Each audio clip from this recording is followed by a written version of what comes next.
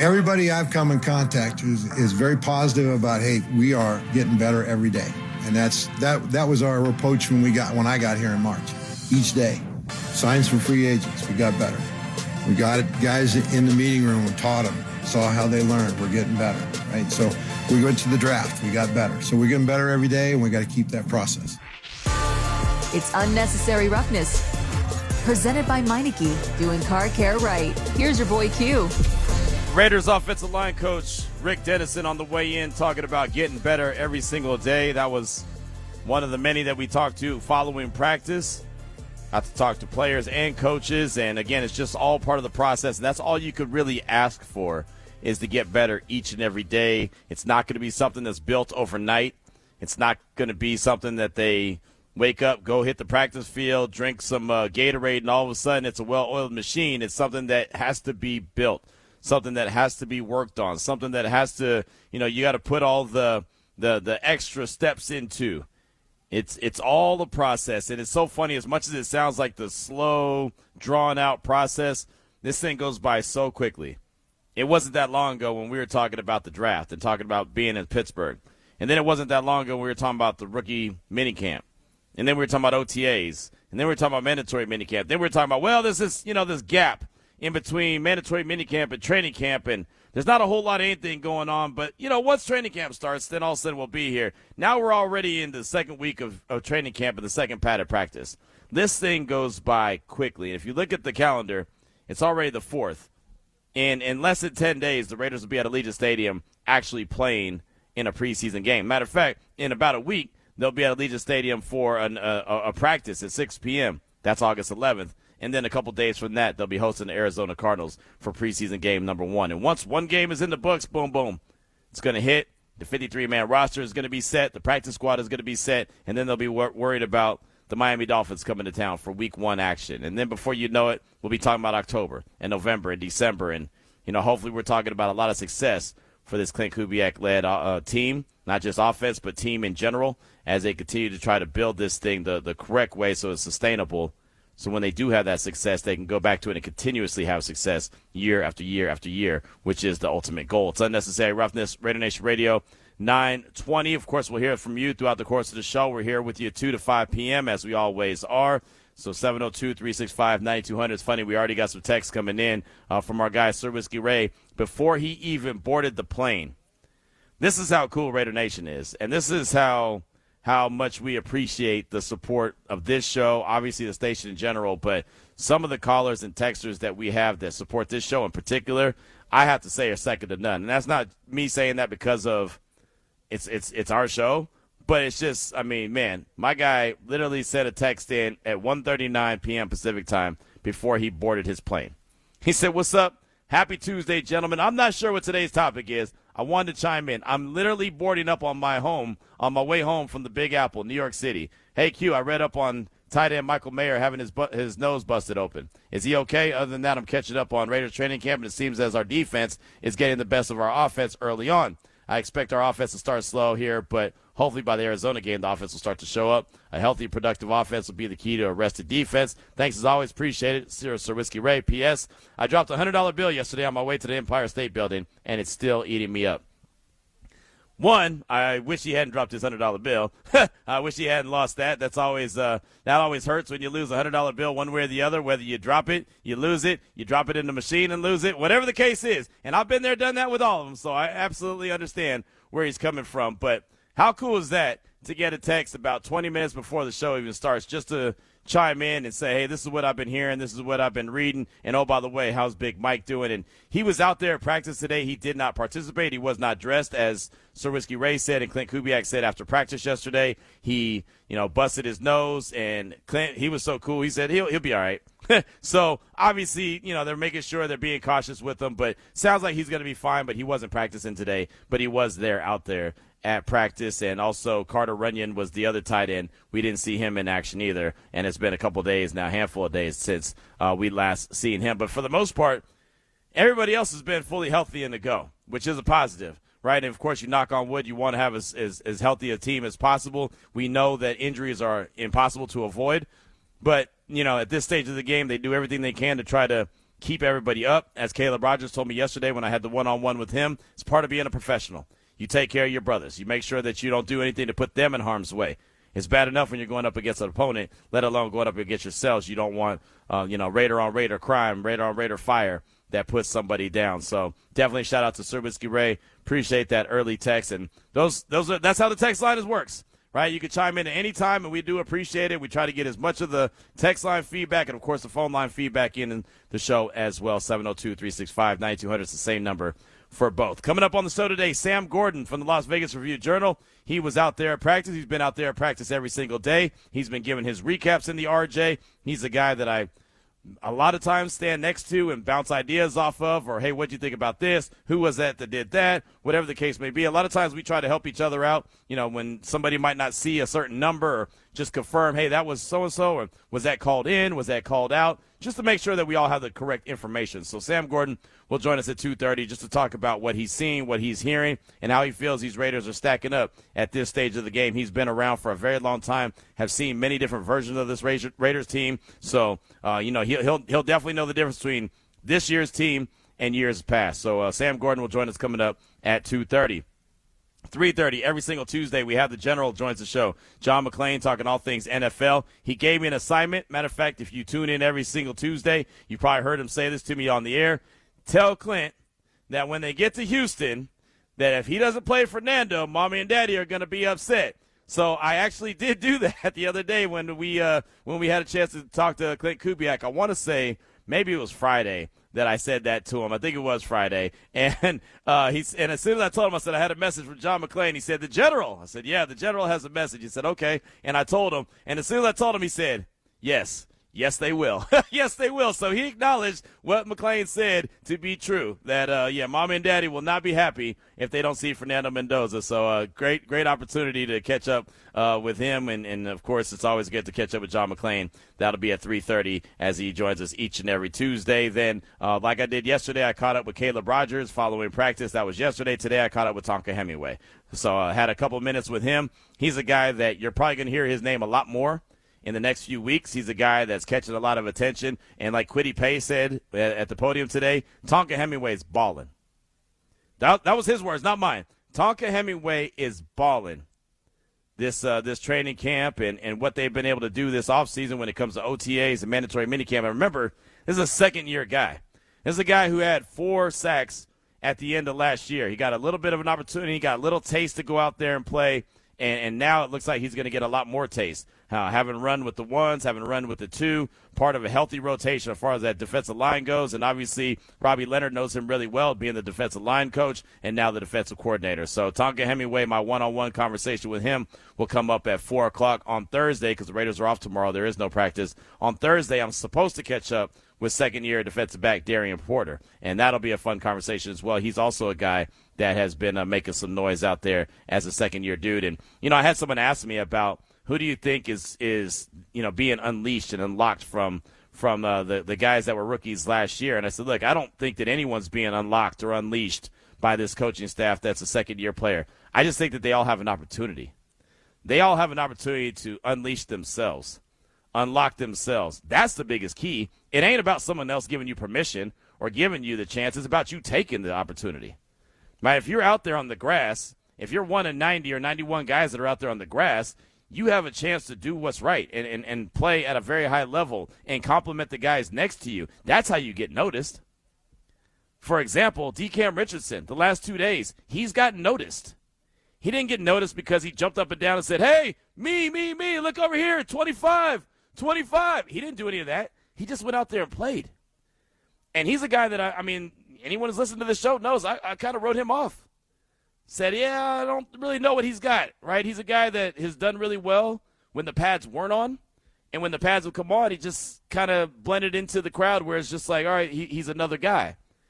Well, I got to give him credit. If I can criticize, I have to be able to give him praise as well. The last 2 practices, 25 has shown up. 25 has shown up. Made some really nice plays today. Had a couple nice PBUs. And that's all you could ask for. Just do your 111, right? Just do your job. And as long as you do your job, someone's going to notice. And I got to give DCam a lot of credit. I heard multiple people talking about him post-practice, like, hey, man, what'd you think of D-Cams? I thought he was really good.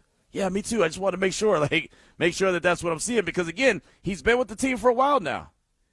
It's like, when they say you the S or get off the pot, well, it looks like he's trying to do a little something. Right? Now, again, I can't guarantee what that means, what that's going to turn into. I wouldn't try to predict that at this stage of the game. But he's clearly in the mix. So as long as you go out there, you do your 111, you be the part of the team that you're supposed to be, good things could happen as long as you're out there putting good film together. And I got to give D-Cam Richardson a lot of credit for that. I got to give Tonka Hemingway a lot of credit for that. I got to give Hezekiah Massich, Jamad McCoy, Darian Porter, to name it, Malik Benson. Don't let me leave him out. Those are just a handful of names that have showed themselves and said, hey, don't forget about me over here. We got a little something going on. So you hear my one-on-one conversation, quick conversation with Tonka Hemingway. That'll come up at 4 o'clock. Of course, we'll hear from you in the meantime, in between time, at 702-365-9200. Sam Gordon from the Las Vegas Review-Journal at 2:30. John McClain at 3:30. Tonka Hemingway at 4 and you. Before we get into the opening drive, before we hear from our guy E-Rob, we got to hear from my guy Ari. It is still the summer of fun. We've got 2 more trips, Yellowstone or Grand Nationals, where we're sending them this week. Next week it'll be the big kahuna, the one that matters the most, the one that you want to win. And you want to win them all, but the one next week is the one you really want to win, the granddaddy of them all, the trip to Hawaii. But this week it is Yellowstone or Grand Canyon National. I gave out like 18 words yesterday. So, Ari, what is the word of the day for today? One of those words that's the correct one for today is energize, ENERGIZE, energize. There it is right there. Text that word right now, 702-365-9200. That'll get you in to win the trip, or you could take the cash. The cash is $3,000, and that's being brought to you by our good friends at Terribles. And, of course, we'll have another word coming up the rest of the week as well. And then, like I said, Hawaii will be the trip, the final trip of the summer of fun here on RaiderNation Radio 920. We also got to hear from our guy E-Rob. Yesterday was important. Tomorrow's day off is going to be important. But today is important. And why is that? Because every day matters. The older you get, the more you start appreciating day in and day out. Because I can't get that time back. I'm in the business of saying, not if I would have did this or if I would have did that. I'm in the business of now. I'm in the business of now as well. So right now, let's jump into the opening drive. The opening drive of Unnecessary Roughness on RaiderNation Radio 920 AM is brought to you by Paul Patta Law. It's not about the injury, it's about the recovery. So just want to get your thoughts on, we obviously talk about camp every single day. We talk about this squad every single day. We talk about Clint Kubiak, Kirk Cousins, Fernando Mendoza, just this team in general and how they're trying to build this bad boy up. So I have so many different people asking me questions about my expectations. And for the longest, I've been as a matter of fact, I've had this little small window, right? My expectations are for them, one, to be way more competitive than they were last year. My expectations are for them to win anywhere from 6 to 7 games, doubling what they did last year, and anything over on top of that is gravy and showing that they're headed in the right direction. But I get asked that question all the time. So I want to flip it to you, right? What are your expectations for the Raiders? And let's take it a step further. What will it take for them to exceed those expectations? That's the extra part. That's the why. That's what is important to me. Because people always ask me, is this team capable of exceeding your expectations? And like I said, my expectations aren't sky high. I'm not thinking that this team is going to go win 10 or 11 games. Because then, that right there, that would be, exceeding expectations for me. But some people are living in the world where, 9, 10, 11 wins should be expected. And maybe that's you. There is no wrong answer to this because it's about you. It's not about me. It's not about Ari. It's not about anyone else. It's about your expectations for this team. What do you believe should be realistic, and what do the Raiders have to do as a team to exceed those expectations? That's the question that I want to hear, and I want to throw out there to you at 702-365-9200. And look, for them to exceed my expectations, it's not just wins and losses. It's those games on the schedule that you look at like, oh, man, that's going to be a dog. Like we talked about when the schedule dropped, it's like, man, that month of October is brutal. Right? You got KC, New England, Buffalo, the Rams. Like, that's October. But I want to see this team, obviously win a few of those games. That'd be great. But just push those teams. Push those teams that the league looks at as, oh, man, those are the ones, right? Every year we talk about the Bills. The Bills are supposed to be this playoff team that's making a deep run. All right, I want to see the Raiders give them a run for their money, maybe win that game. Kansas City, I'm really intrigued by that October 4th game because I don't know what Patrick Mahomes are going to get. I see little practice film every once in a while. Obviously I'm not studying and I'm not there what Patrick Mahomes is doing. But that knee brace that he wears, RaiderNation, I've worn that knee brace. I know how damn uncomfortable that knee brace is. And every time I see him in practice, he's always tightening it up. It's not one of those that's just a sleeve. It's one of those where, it tightens up. It's got the Velcro on it where it tightens up. And sometimes it comes a little bit loose. It just is very uncomfortable. It feels heavy on your leg. Again, from a person that's had it on, well, both knees, because I've had 2 torn ACLs, so I know all about it. Well, too much. Way more than I want to know. So, now, obviously, he's a well-oiled machine when it comes to an athlete. I am not. I am not trying to even pretend that I ever was that guy, right? I've never was on the level of a Patrick Mahomes when it comes to athleticism. And obviously the physical therapy that they have and all the treatment that they have and everything that they have is different than common folks like me that went to Kaiser, right? Shout out to Kaiser in the Bay. Everyone's like, oh, damn, I remember. I'm like, yeah, I was a Kaiser kid.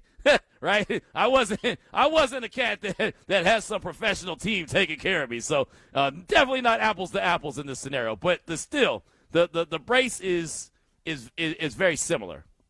But I'm interested in that Week 4 game. How far is he going to be, removed from having issues between the ears, or is he closer to the Pat Mahomes that we saw before his injury?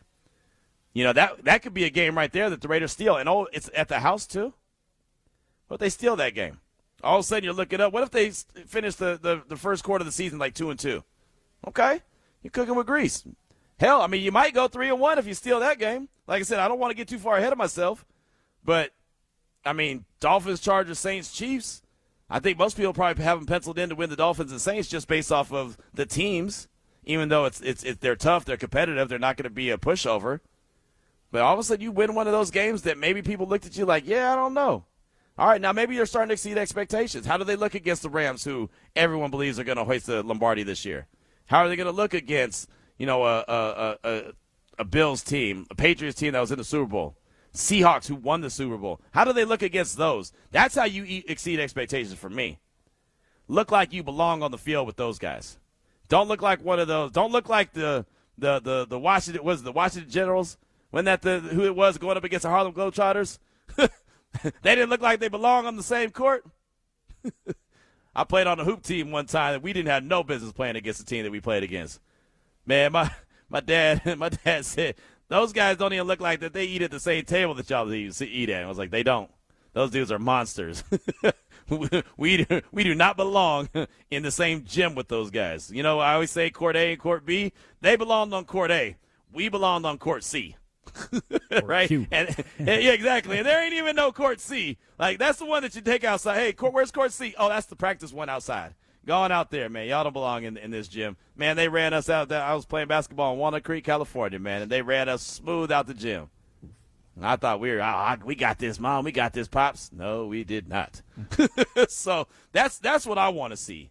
That's how you exceed expectations, right? You go through a gauntlet that is October.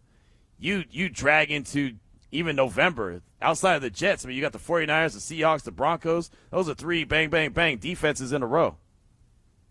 How does this Clint Kubiak offense look? That's to me, it's more about the way you look, the way you are on game day, the way you compete, the way that you push the other team. That, to me, is more of how you exceed expectations. The wins are going to come. Right? If this truly is the right coaching staff and they truly are building this the right way, the wins will come. It's how do you go out about getting those wins? Are you competing?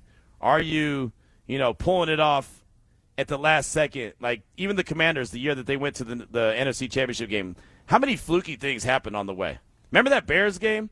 Remember the Bears game where the fan is like, or not the fan, but the safety is barking at the fans? Only for Jaden Daniels to throw the ball over his head. And he's like, oh, blank.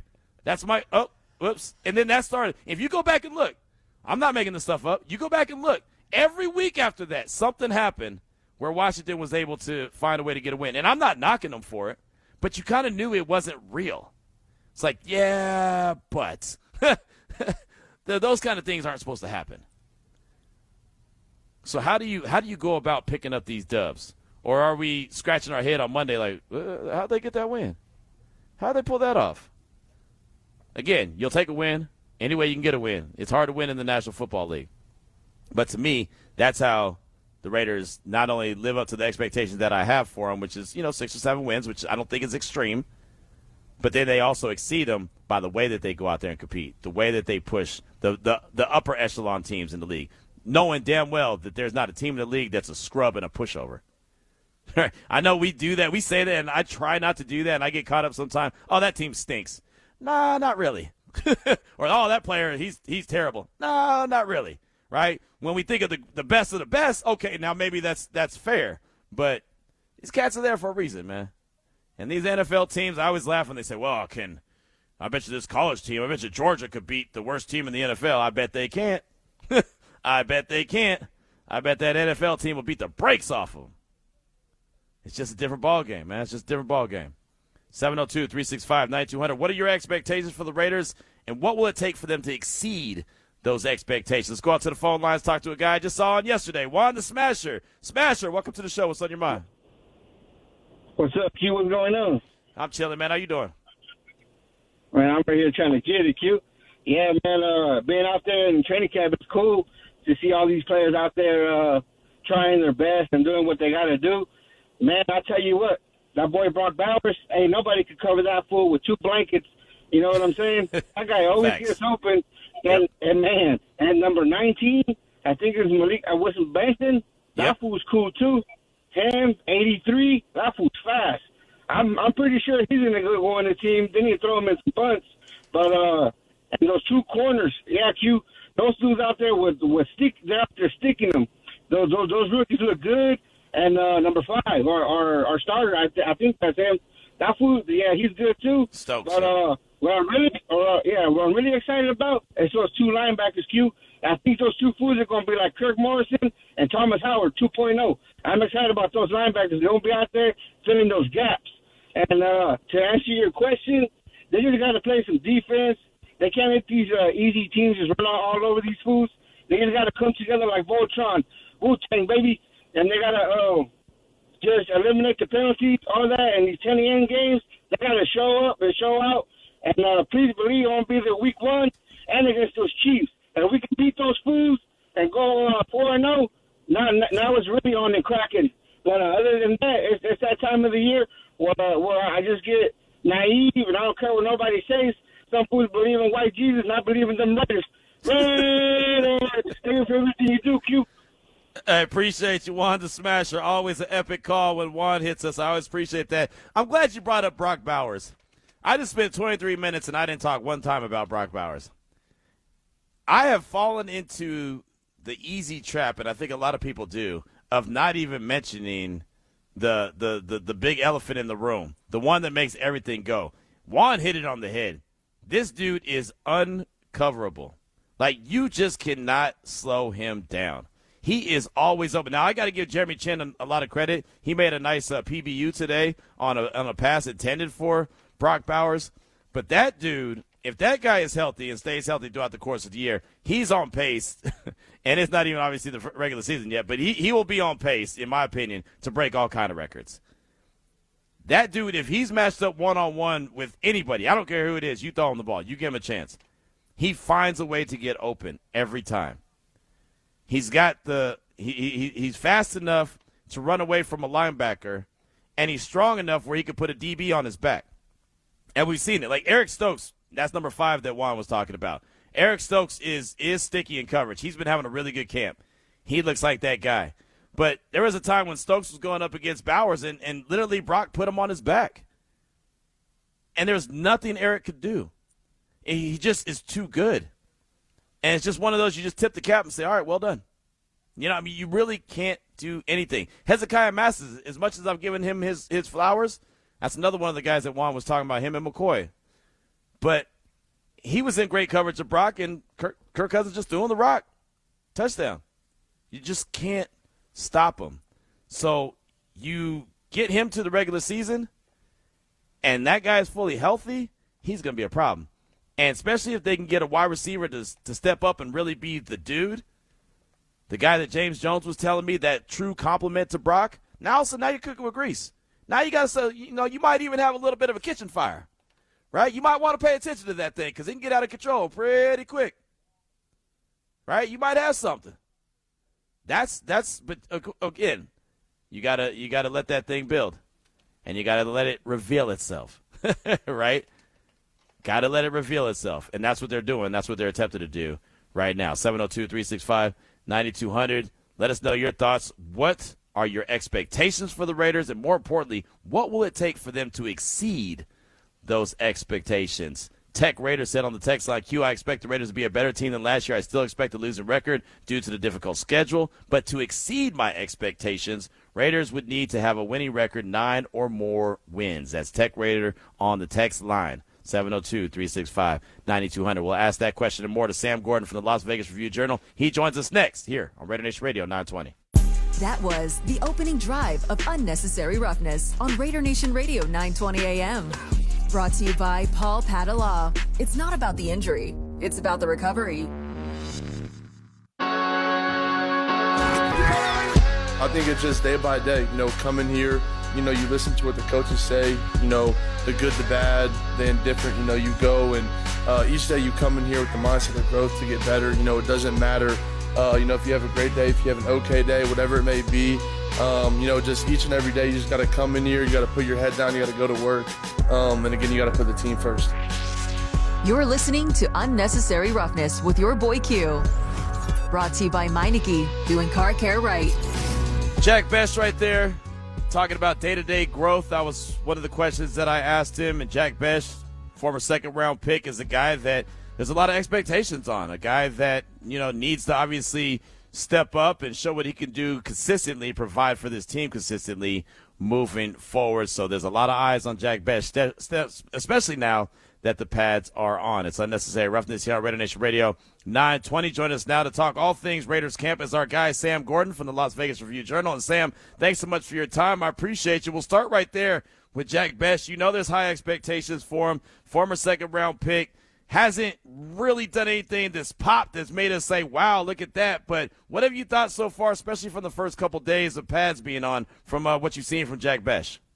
Yeah, I think first and foremost, Q, appreciate you having me again on the show. I think as it pertains to Jack Best, having the pads on probably works in his favor, right? I mean, he's a bigger receiver. You saw him at the podium. I mean, he's well built. He's solidly built, and the pads coming on gives him a chance to use his physicality. I think a lot of the time we've seen him in practice, there's been he's struggled to separate at times, and today I thought he had one of his better practices. You go to one-on-ones, which they've started doing with the pads on, right? Receiver, DB, single route, quarterback throwing the ball. I think for us, one of the more enjoyable periods to watch generally the last couple of days. And Best beat rookie Zeke Massis on like a stop and go, and Fernando Mendoza threw him a great ball.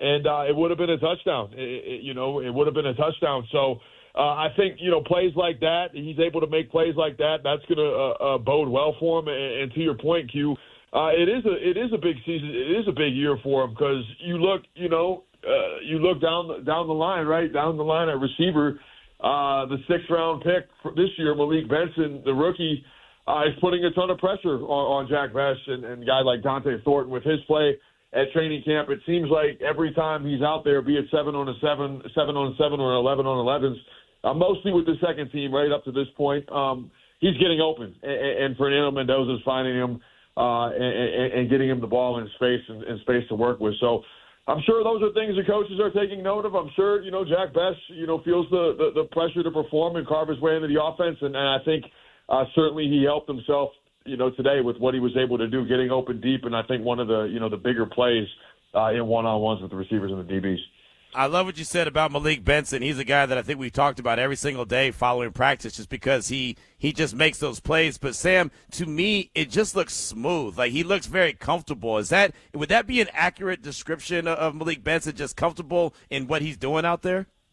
110%. 110%. He was a player, right, mostly a a vertical spacer at Oregon.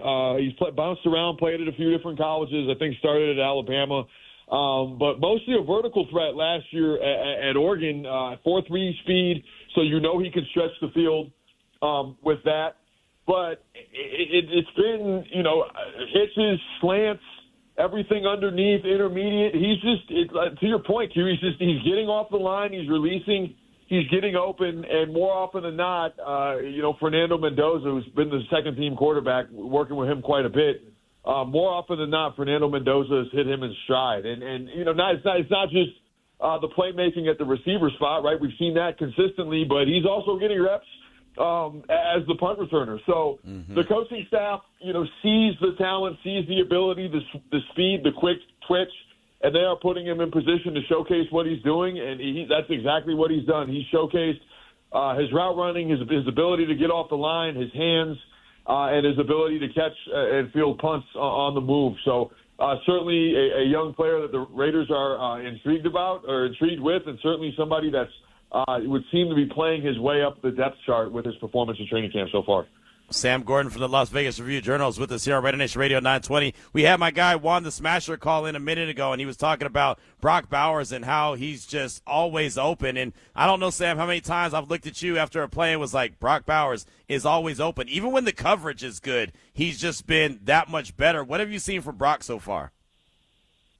He's been the best player on the field, certainly on the offensive side of the ball. Obviously, Maxx Crosby is Maxx Crosby, and I think he's had a standout camp too. But as it pertains to Brock Bowers, uncoverable. I mean, just uncoverable. There's in team and one-on-one, in every setting we've seen him in all the team settings, he's getting open, and it seems rather effortless for him. We know that it's not. It's obviously not. But he's just so big and so physical and so fast and so shifty for somebody at that size that he's just always open. So it's pretty clear Kirk Cousins and Brock Bowers, have a great rapport early on. When you have a player, a pass catcher of that caliber, how can you not have a great rapport with your quarterback? And pretty clear, right? Given the state of the wide receiver position for the Raiders, where they have players, they have guys that have produced, and they have intriguing young players like Malik Benson, but not really that traditional kind of go-to, traditional X receiver, right? If you will.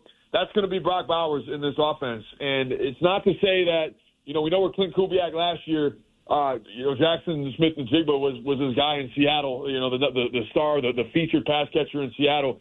He was a 1,700-yard player, right? It's not to say Brock Bowers is going to have 1,700 yards, but the go-to target, especially when there's, kind of clear separation in terms of upside and ability that he has, comparison with respect to the number two pass catcher, whoever that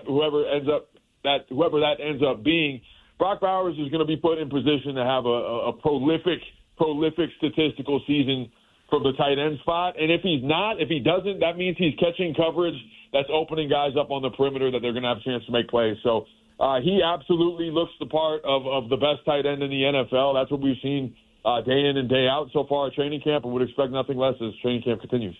You mentioned Malik Benson and how he looked, talked about Jack Bech and the nice play that he made today. That obviously stood out. But then you have Speedy Naylor, you have Trey Tucker, you have Dante Thornton Jr., you have Shedrick Jackson, you have a handful of guys. Have you seen anything that really caught your eye from any one of those other guys?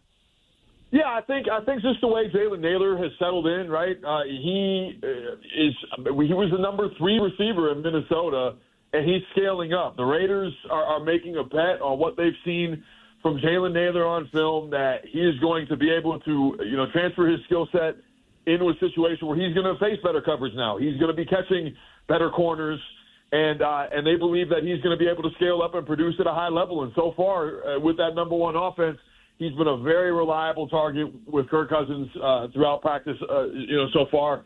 Getting open over the middle of the field, intermediate routes, connecting on some chunk plays, and just having 27 years old, right? A veteran feel for kind of how the position is played, and I think a great compliment to Trey Tucker, who's a little bit more of a traditional speedster. So I think Jalen Naylor is in position, right, where maybe he's not the featured number 1 pass catcher per se, but he's in a position now with the Raiders where I think he's going to see his fair share certainly an increase in targets and usage and whatnot compared to what he was getting in Minnesota. That's what he signed up for, and somebody that's going to be able to play off Brock Bowers, get open in the second level, and go get chunk plays out there with the first-team offense.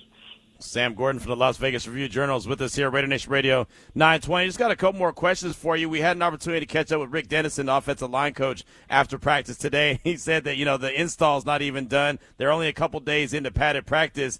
How quickly, I guess, do you think that the Raiders will be able to decide who that starting five on that offensive line is going to be? Yeah, I would expect that. I mean, that group's probably going to get the first look going into the preseason. At this point, I mean, they've repped it 6 straight days.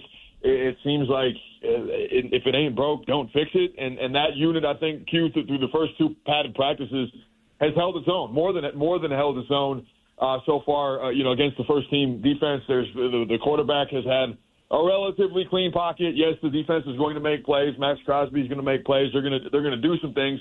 But for the most part, that pocket has been relatively clean, and there have been holes for Ashton Genty to run through so far from what we've seen. So if that group, comes out and looks good in the first preseason game and puts some good film out there and continues to coalesce and gel in practice, then short of just a major performance drop-off, this feels like the unit that's going to get, the first look going into the season. So, again, still a long way to go. And we heard Rick Dennison, again, stopping short of proclaiming that group as the first offensive line, per se. But it makes sense on paper, and now that group is banked up 6 days of reps together, and you would expect that, them continuing to bank up reps leading up to that preseason game. Now, again, something drastic happens if there's an underperformance, if that unit doesn't look good, or joint practices next week against Houston or in 2 weeks against Houston or whatever, yeah, sure, subject to change. There's definitely competition behind those guys, especially at the guard spots. But for the most part, this unit is gelling. It's looked good today, and you short of that changing in short order, would expect them to keep rolling with this unit at least through the next few days of training camp. Flipping over to the defensive side of the ball really quickly, the linebacking core obviously has been upgraded. You bring in Nakobe Dean, you bring in Quay Walker. What have you seen from those 2 dudes in particular so far? Yeah, just steady professional linebacker play. Veteran, guys that are both in their primes, but veterans at the same time. I think with Quay Walker in particular, just the physicality that he brings. He's just a really big dude. It's hard not to notice him out there when you're watching the defense do his thing. We heard Maxx Crosby after his podium session talk about during an OTA or a walkthrough or something that he wasn't a full participant in as he was recovering, but he was out there or whatever. That he turned around, looked behind him, and saw Quay Walker, and for the first time in his career with the Raiders, noticed a linebacker that was as big as him. So you get the sense that they're going to be able to move him kind of all over the field as a chess piece in the middle of that defense, and then Nakobe Dean just steady on the inside doing what he does. A player that has experience on a Super Bowl team, has a championship with the Eagles. Quay Walker coming over from a winning culture with the Green Bay Packers. So. That position group has been about as steady as any. I don't think there's any questions what that tandem is going to look like, how they're going to function, and they've been real steady in the middle of the defense so far in camp and doing what they're supposed to do, setting the tone with not only their play but from a leadership standpoint as well. Well, we'll close out with this. It's been great stuff. Sam Gordon from the Las Vegas Review-Journal with us here at Raider Nation Radio 920. I had a chance to catch up with Tonka Hemingway post-practice. What have you seen from the second-year defensive lineman so far? Man, he's been one of the standouts at camp, Q. Absolutely. Run stuff's involved, just blowing stuff up in the middle of the field. He's having great reps in one-on-ones, and you hear the way his teammates talk about the off-season he's had. Kwity Paye mentioned today at his podium session that he won, I think, an award from an off-season award from the defense or the defensive line for weight room accomplishments, achievements in the weight room. So he's somebody that I feel like is definitely primed to make to break out a little bit in the second year, kind of on the periphery of that defensive tackle rotation last season. But he's been a fixture, a mainstay with the one so far, and is looking the part, is doing everything he has to do to solidify himself in that position. He's physical, he's mucking things up, and he's making things happen in the defensive tackle spot. So it's been a big camp for him. You'd expect that to continue moving forward. Yeah, it really would. And again, a second-year guy, didn't get a ton of burn his rookie year, but looks like he's all that of the part so far early on in training camp. Well, Sam, fantastic stuff as always. What are you working on, my man, that we should be on the lookout for? Yeah, finishing up just my report on today's practice, and we'll have more stuff, coming every day this week, just on the sights and sounds of training camp and the way different players have been developing throughout camp. So ReviewJournal.com, VegasNation.com. Q, I always appreciate you having me on the show, and enjoy the off day from practice tomorrow. I'll see you back out there Thursday. Yeah, I was about to tell you, man, you've been doing a great job. Take tomorrow off. Right. I appreciate you, Q. I'll see you on Thursday, brother. Okay, see you Thursday. Take it easy. All right, my man, you too. Sam Gordon right there. He beat me to the punch. Damn it, he beat me to the punch. I was going to tell him, hey, man, you've been doing a really good job. Take tomorrow off. Don't worry about coming to practice at 7:30 in the morning. You're all right. Yeah. Take it off tomorrow. Come back on Thursday. We'll see you bright and early. So clever. I love it. I was so close. You were. I was about to land the plane, and then all of a sudden, right, decided that I, had to go on a little bit more of a journey. No, you know what? Let me go and make one more lap around the airport before I land this bad boy. But, no, really good stuff from Sam Gordon. Definitely appreciate him this afternoon, and we do appreciate you as well. 702-365-9200. Want to hear from you. What are your expectations for the Raiders, and what will it take, more importantly, for them to exceed those expectations? We close out hour number one. Hearing from you next. It's RaiderNation Radio 920. They're all trying to be the best they can be for the team, whatever role there are. I think that's the big thing. It's a big we in our meeting room. They all talk about, we watch individual, we watch team. I correct them. They talk to each other. The leaders like Colton, and he'll say, "This is what I would have done. You should think about this." So those guys have shared information. I think they're just trying to get the best team out there. You're listening to Unnecessary Roughness with your boy Q. Brought to you by Meineke, doing car care right. Raiders offensive line coach Rick Dennison right there, just talking about the O-line in general, kind of the communication that's going on in that room. You heard him again emphasize the word we. That has been something that's been very consistent with coaches, players, everyone we talk to. It's been the we, the we, the we. It's never been the I. And, as Kirk Morrison brought up on the show yesterday, it's a new coaching staff, so you have to have the buy-in.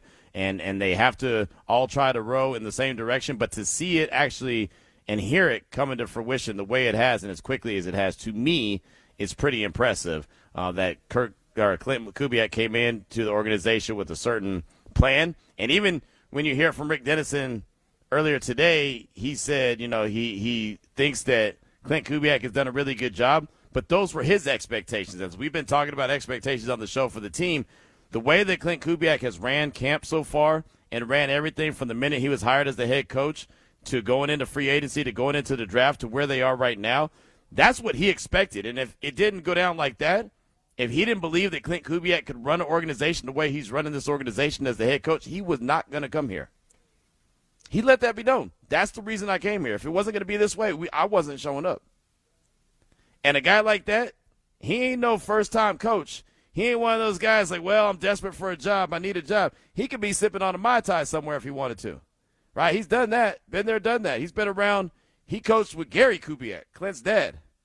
So he's been there, done that. But I really respect that when you hear a coach that's been around as long as Rick Dennison has, and he says, that's what I expected from him. That's why I agreed to come here, because I knew what to expect. And he's obviously worked with him at other stops, so he knows already. But, hey, this is what he was planning.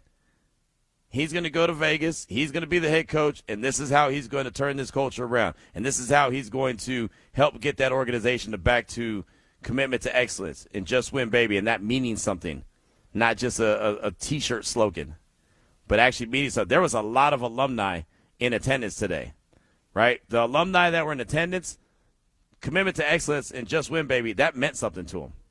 The majority of them, that actually meant something. That was a real deal. Conversation piece. It wasn't just, oh, that's cute. That's, what Q says at the end of his podcast, or that's what's on a T-shirt that you go buy at Wally's World. No, it means something. When you have guys like Napoleon McCallum, when you have Freddie Bolitnikoff, when you have Steve Wisniewski, Richie Incognito, Swerve and Mervin Fernandez, Greg Townsend, Kenyon Drake even, Roy Hart, Charles Jordan, Gus Otto, Rod Coleman, Roland Williams, Orrin O'Neal, Jay Schrader, Leroy Glover, Bobby Hamilton, Frank Hawkins, like all these guys were in the building. That means something. And that I'm sure there's even more there than that. That was just the ones that, was kind of brought to our attention. I heard JT before he signed off that, there's no other team that has alumni that is in attendance like the Raiders. And that's, talking about that third preseason game against the 49ers that'll be on August 27th at Allegiant Stadium when the whole Win Club is packed out with alumni. It doesn't matter if you play with the Raiders for a day or you won a Super Bowl with the Raiders. Whatever the case may be, once a Raider, always a Raider. And unless you're one of the few on the outside that, we're doing wrong by the organization or just badmouth the organization the whole time. There's certain guys, that we look at, we're like, yeah, I don't know about that guy. But for the most part, 99.9% of the dudes, you understand, once a Raider, always a Raider. But the way that the alumni show up and the way that they're out there at practice and the way that they're observing and checking it out, and, I saw Mike Haynes out there the other day, and he was talking to some of the young corners. Like, imagine if you're Jamad McCoy and one of the first guys you get an opportunity to talk to is the Hall of Famer Mike Haynes. And that's the position that you play. Or you talk to, Hall of Famer Eric Allen, who just became, a Hall of Famer. Or any of these other dudes. Right? Think about that being a edge rusher and you get to talk to Greg Townsend. What? What? Kidding me? Or a guy like Freddie B, who's as sharp as ever. Right? You see him out there. I see him out there all the time. I always go by and, dap him up real quick. What's up, Freddie B? It's good to see you. Or like Mike Haynes when I saw him. Hey, man, it's good to be seen. He said, that's my line. I said, I know. I stole it from you. I stole it from you. Right? That's my guy. Like Mike Haynes is a great dude, and you want to talk about sharp? That's a sharp dude. Right? When he's up there talking about what he's seeing and what he's hearing and giving just advice to the youngsters, that's priceless. Richie Incognito, same thing. And Richie Incognito, big fan of that guy, Rick Dennison. Hour number 2 is on the way. We'll hear from you. It's RaiderNation Radio 920. Shocking effort is something that you see, you can feel, and you can hear. Riding for the brand is kind of like playing for the name on the front of your jersey. That's what riding for the brand is. Everybody in here, guess what? You're part of Raider Nation. You are, when you hear that, once a Raider, always a Raider, that is real, fellas. That is real. It's Unnecessary Roughness. Presented by Meineke, doing car care right. Here's your boy Q. That was on yesterday when Kirk Morrison dropped those gems on us about ride for the brand and play with shocking effort.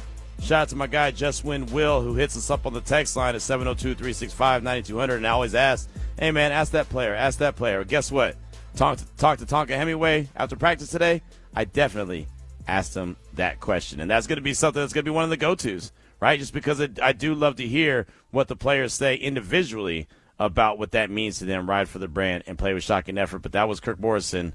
As we come in, you hear what he had to say. Obviously, a much more condensed breakdown and definition of it, but you get the point. It is Unnecessary Roughness here, RaiderNation Radio 920. We threw it out there to you. What are your expectations for the Raiders? What will it take for them to exceed those expectations? And we do want to hear from you, 702-365-9200. That's the text line and the phone line. We got a bunch of texts. We'd like to hear from you as well. Like this great text from Portia in Utah by way of H-Town. Hey, Q. Love the show. Thanks for all that you do. Tell me this. Am I tripping, or do the interviews with the players so far sound much more mature? Like, for real, we have such a young team, and yet with the specific we verbiage and the way that they are speaking, if I'm not paying attention to who's on the mic, listening to them speak, it's hard sometimes to decipher between a coach and a player.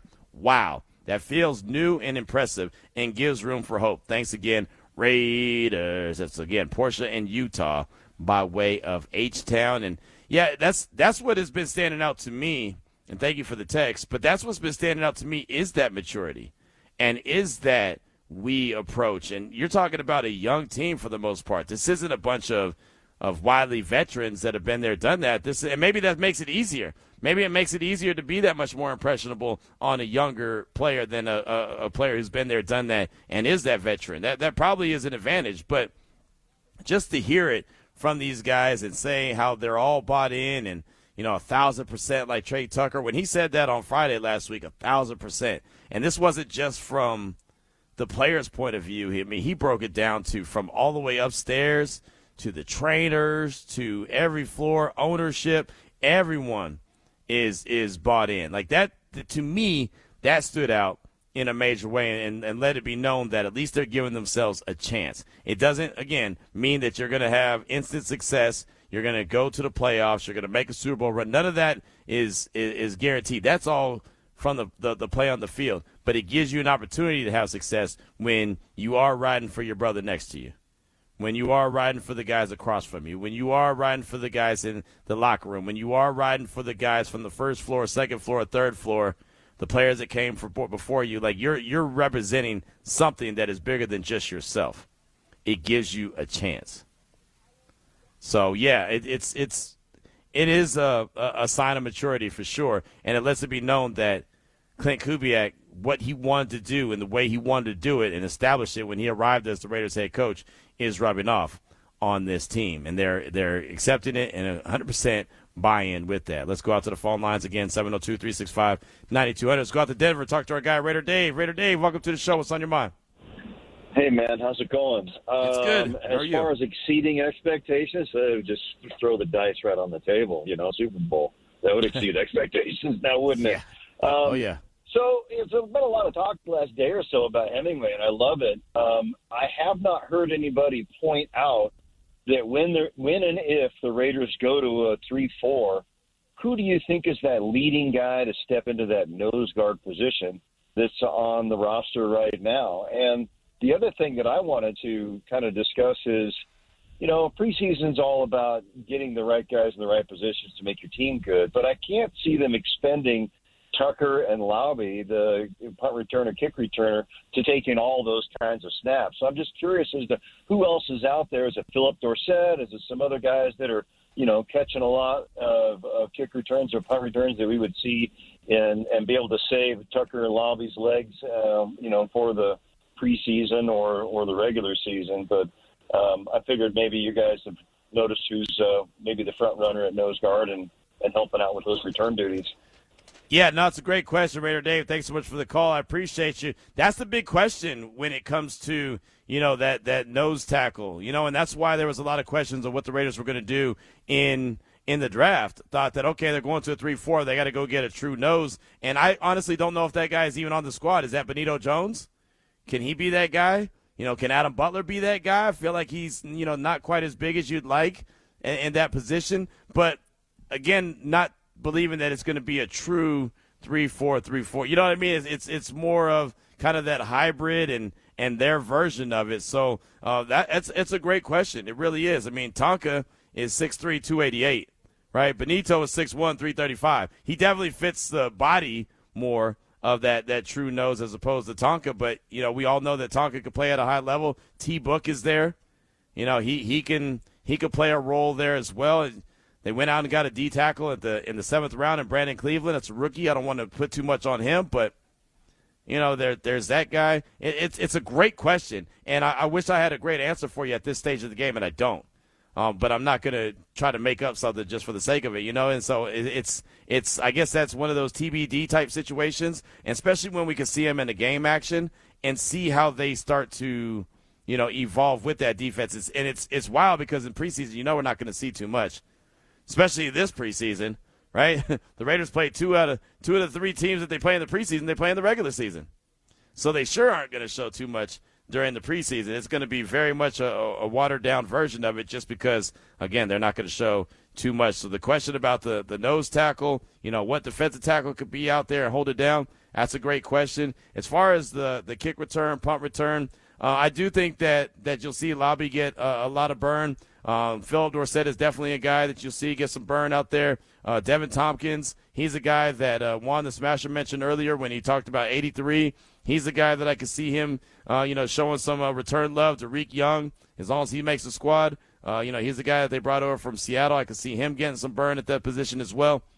We have seen Jamad McCoy back there. We have seen Benson, obviously, back there as well. I don't think that they're going to push those guys a lot in the preseason at that position, at the kick return and punt return. I don't think that, especially a guy like Jamad McCoy. It's been great to see him out there. I'm really happy for him. because this is a guy that hasn't played football in over a year.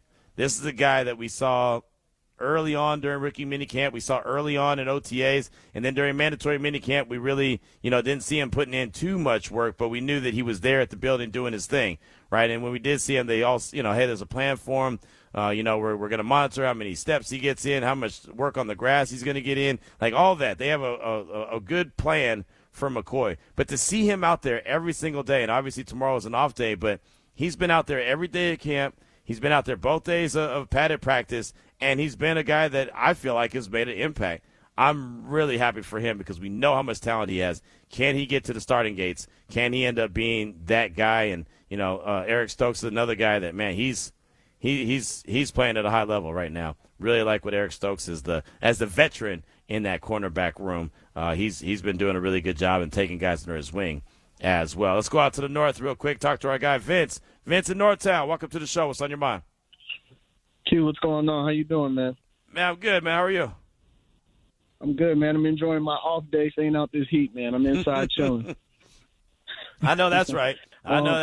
Man.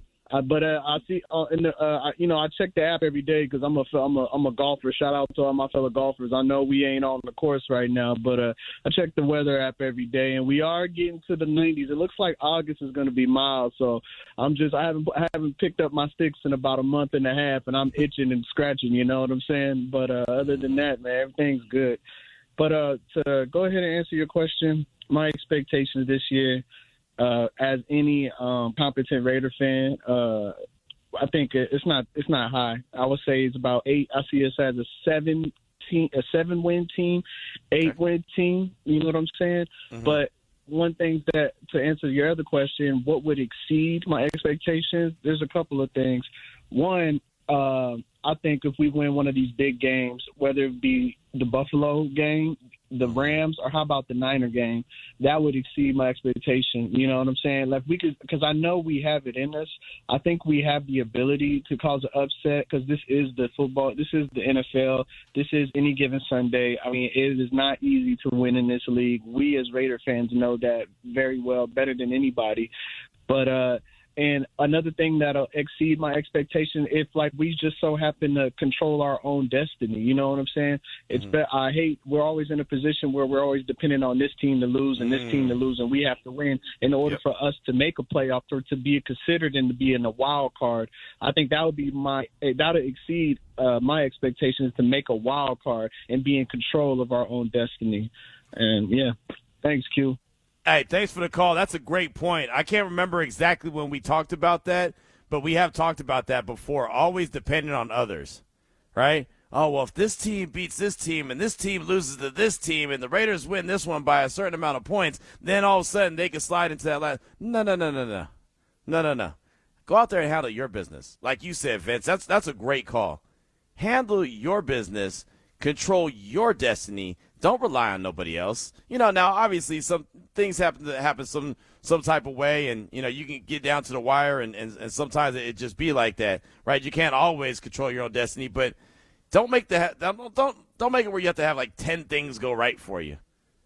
Well, I need this team to lose. This team needs to win next week, and then when this team wins, then all of a sudden the Raiders win this one, and like that's just doing too much.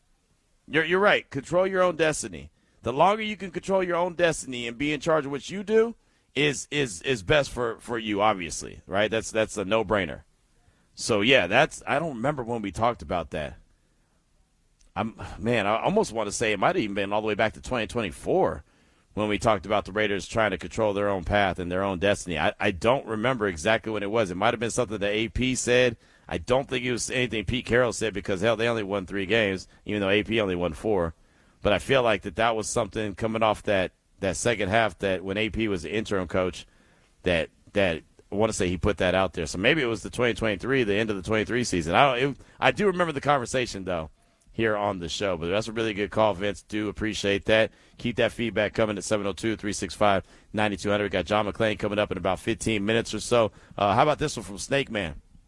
He said on text line, in agreement with Denver Dave, Tonka needs a stout nose tackle to keep him from getting double teamed. Tonka has made the failed Tyree Wilson pick much more digestible. It's funny that the guys that we're talking about right now as standing out in camp, aren't, the first round picks. Even though, Brock Bowers is as advertised, Ashton Genty, have a lot of confidence in him, and Mendoza, obviously we're focused in on them. But, we're talking about Malik Benson, a 6th-round pick. We're talking about Hezekiah Masses, a 5th-round pick. We're talking about Tonka Hemingway, which I believe was, a 4th-round pick? You know what I mean? Like, that's who we're talking about. The best player on the Raiders, right? Maxx, 4th-round pick, right? I mean, it's so funny when you start thinking about it, because you automatically just gravitate to the to the top dogs, to the the 1st-round picks, and sometimes you just don't think about the lower picks. But if you can hit on those guys, and you're supposed to hit on your 1st-round picks, you're supposed to hit on your 2nd-round picks. Those are guys that you would expect to be starters. But yeah, I mean, Tonka Hemingway, pick number 135 overall. That's a 4th round. I mean, you want to talk about productive? My man had 8 solo tackles in 2025 and 4 sacks. Right? Not too bad. Hey, man, I got 8 tackles, and 4 of them were sacks. That's a win. But you can tell that he's really worked on himself. He's worked on his craft. He's definitely done some things in the offseason to continue to improve himself. And, yeah, man, that defensive line just needs to continue to evolve as far as I'm concerned. But, Snake Man, thanks so much for that. I do appreciate you. Let's see. We got a text from Diego, our good friend in Arizona. He said, my expectation for this team is to be in the middle of the pack on all the rankings. They should be better with points, time of possession, positive turnovers, forced punts, and limited penalties. The only way they exceed is they catch lightning in the bottle. I definitely wouldn't be opposed to reaching the playoffs, but that means a low draft pick.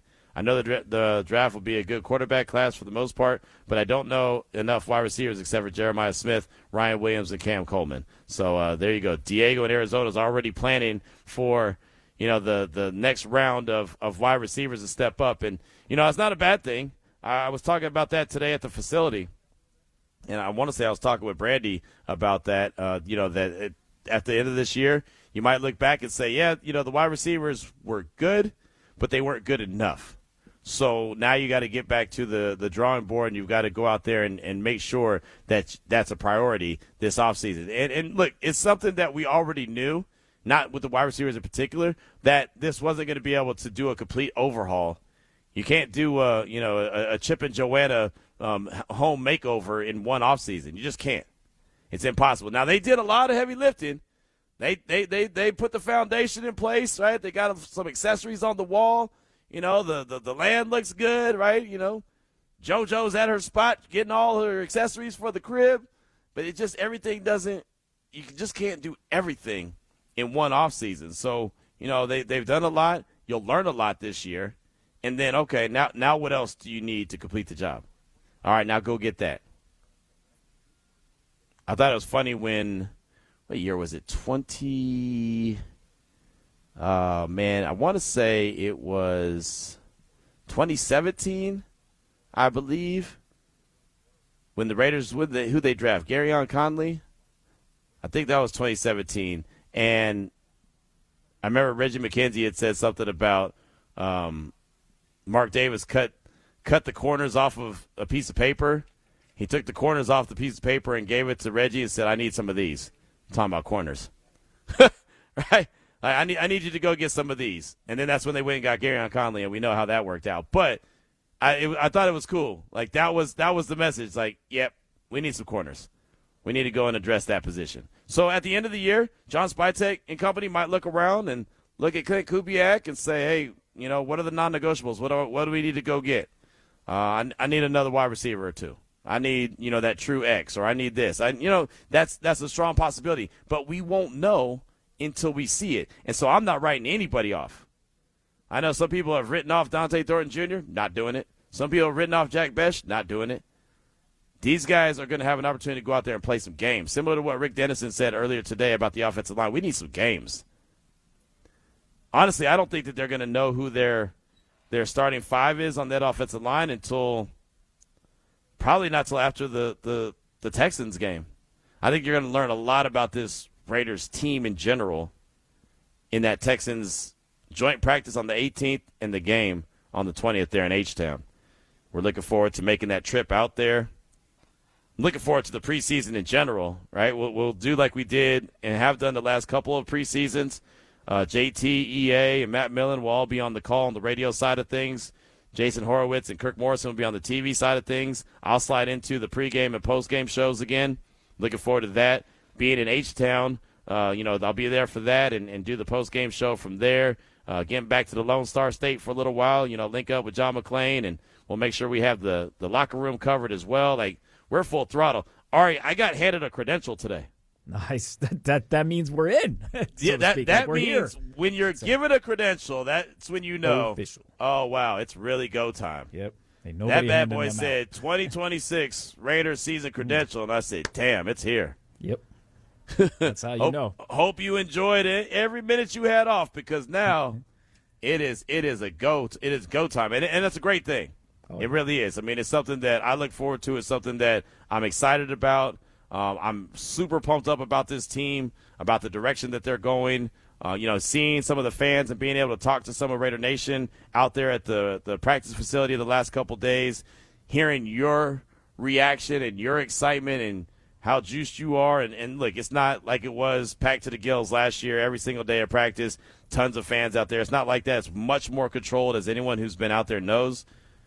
But you can still tell that the fan base is pretty excited, pretty fired up with the expectations. And that's really how we get to the question that I threw out there today. What are your expectations for the Raiders? What will it take for them to exceed those expectations is probably the most important question for sure.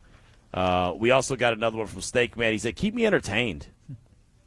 Be exciting on offense, competitive on defense, and flash a return game with some touchdowns. Finally, make Raider Nation know unequivocally that we are back and open for business at Allegiant.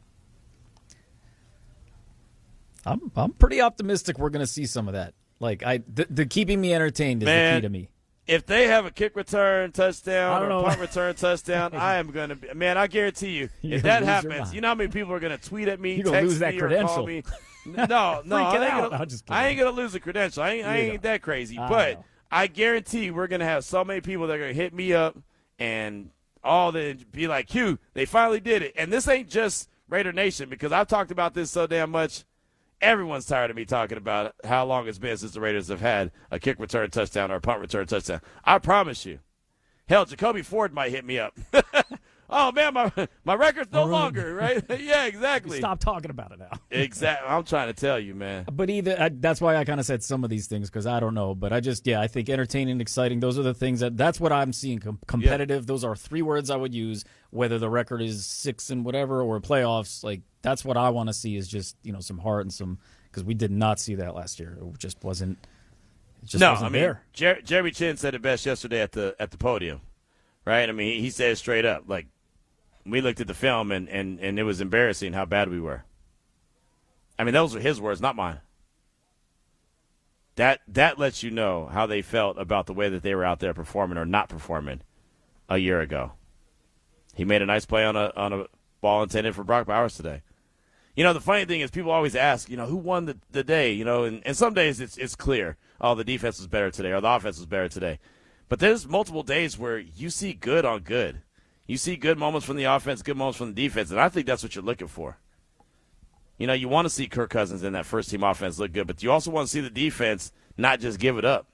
You want to see them, working hard as well and making some plays. Those are the kind of days that I think are the most positive. When you're seeing plays made by the D, you're seeing some nice plays offensively, and say, okay, I can see where they could build off of that. Again, the one play by Benson that stood out to me the most was one of those just quick slants on the outside. And the way he caught the ball and then spun immediately to stay away from that big hit that was incoming, that to me was big time. That's a rookie that made that play. Realize, here comes the headache right here. My old coach used to always say that. You want to run away from the headache. You don't want to run to the headache. Well, the headache was coming, and Malik Benson was able to just kind of spin out of that so he didn't get blown up. That's just smart, intelligent wide receiver play from a rookie, a 6th-round pick. 702-365-9200. John McClain joins us up in about less than 10 minutes or so, but let's go out to the phone lines real quick and talk to Quick. Quick, welcome to the show. What's on your mind? Q-Ball, what it do? Chilling, man. How you doing? I'm all right, baby. Hey, check it out. I'm loving what I'm hearing already. It's nice to hear you not sleeping on nobody this season because we know how it went when you were sleeping on folks. You understand me? But you actually brought me back to earth a little bit with Jack Betch. I've been really down on money. I've been so down on dude. I didn't love the pick to begin with. I know we all love what Spytek doing, but to me, we got to remember this one if it doesn't pan out, unfortunately. But I think I'm back on your team where you say, hey, let's not sleep on nobody. Let's let these guys get these pads on, and then we can figure it out from there. You know what I'm saying? I really like that. I think to answer the question of the day, for me personally, it's one of those things where if we're good at something, if we have good pass rushers, I want us to be elite there. That's going to show me the progress. If our linebackers are really good, like we think they are, be elite tacklers. You know what I mean? If our running back is the best, I want to see him be the best out there and shine in the spots that we should shine in, and that will give me the hope that I need going forward. I spoke about this the other day, the ancillary pieces that we need. Stars need to play like stars. When I see it, I'll believe it. I'm at you later. Keep all peace, baby. Hey, great call right there. Mic drop moment from my guy, Quick. And, yeah, man, look, we all try to evolve, right? And so, yeah, I definitely don't want to sleep on anyone. I want to make sure to see what they're able to do throughout the course of training camp, see what they're able to do throughout the course of the preseason, and, you know, and give them a fair shake, right? I mean, again, like I said, we all try to evolve, and that's what I'm trying to do here on RaiderNation Radio. 9:20. Again, John McClain joins us at 3:30, but let's hustle up real quick, go out to the Bay, talk to our guy, ABA Ivan Davis. Welcome to the show. What's on your mind? Hey, how's it going? Thanks for taking my call. I'll be quick. It's real simple. Right now, I'm just going to be truthful with you, Q. You can't tell anything in practice. If the coach is doing what he should do, and I think he is, defense can't be aggressive. Okay, so offense should dominate most of the time. What you want to look at, is he in position to make a play? Mm-hmm. Okay, did he get there? And all of a sudden he just made the catch because he's told not to drill him. Right. That's your teammate. Yeah. Okay, and the offense needs to look good all the time because they for the most part, have the advantage. You really won't find that out, your question, until preseason. Okay, and the way it should look is that the offense is at least efficient, and it's going to be generic. Okay, and the defense, first team defense should dominate. Second team, decent, and third team competitive. That lets you know is depth. Okay, we got a lot of depth. And the last thing is that Hezekiah Masters won his starting spot, so it'll feel like the Raiders and Cal are the same team. Nice. I like it. That was your call. Right? Masters was your guy. Yeah, buddy, and I think they got two more that's going to start in the National Football. They're just starting to become DBU, and I think Masters and the Raiders have a lot to do with that. I mean, they're pulling ranked number. They just pulled the ranked number one corner in the nation. He just signed with Cal. I mean, when they're DB, that's why I'm saying because a lot of these guys are defensive backs. Mm-hmm. Okay, so. Just in case it doesn't work out, man, just go back and look at Berkeley.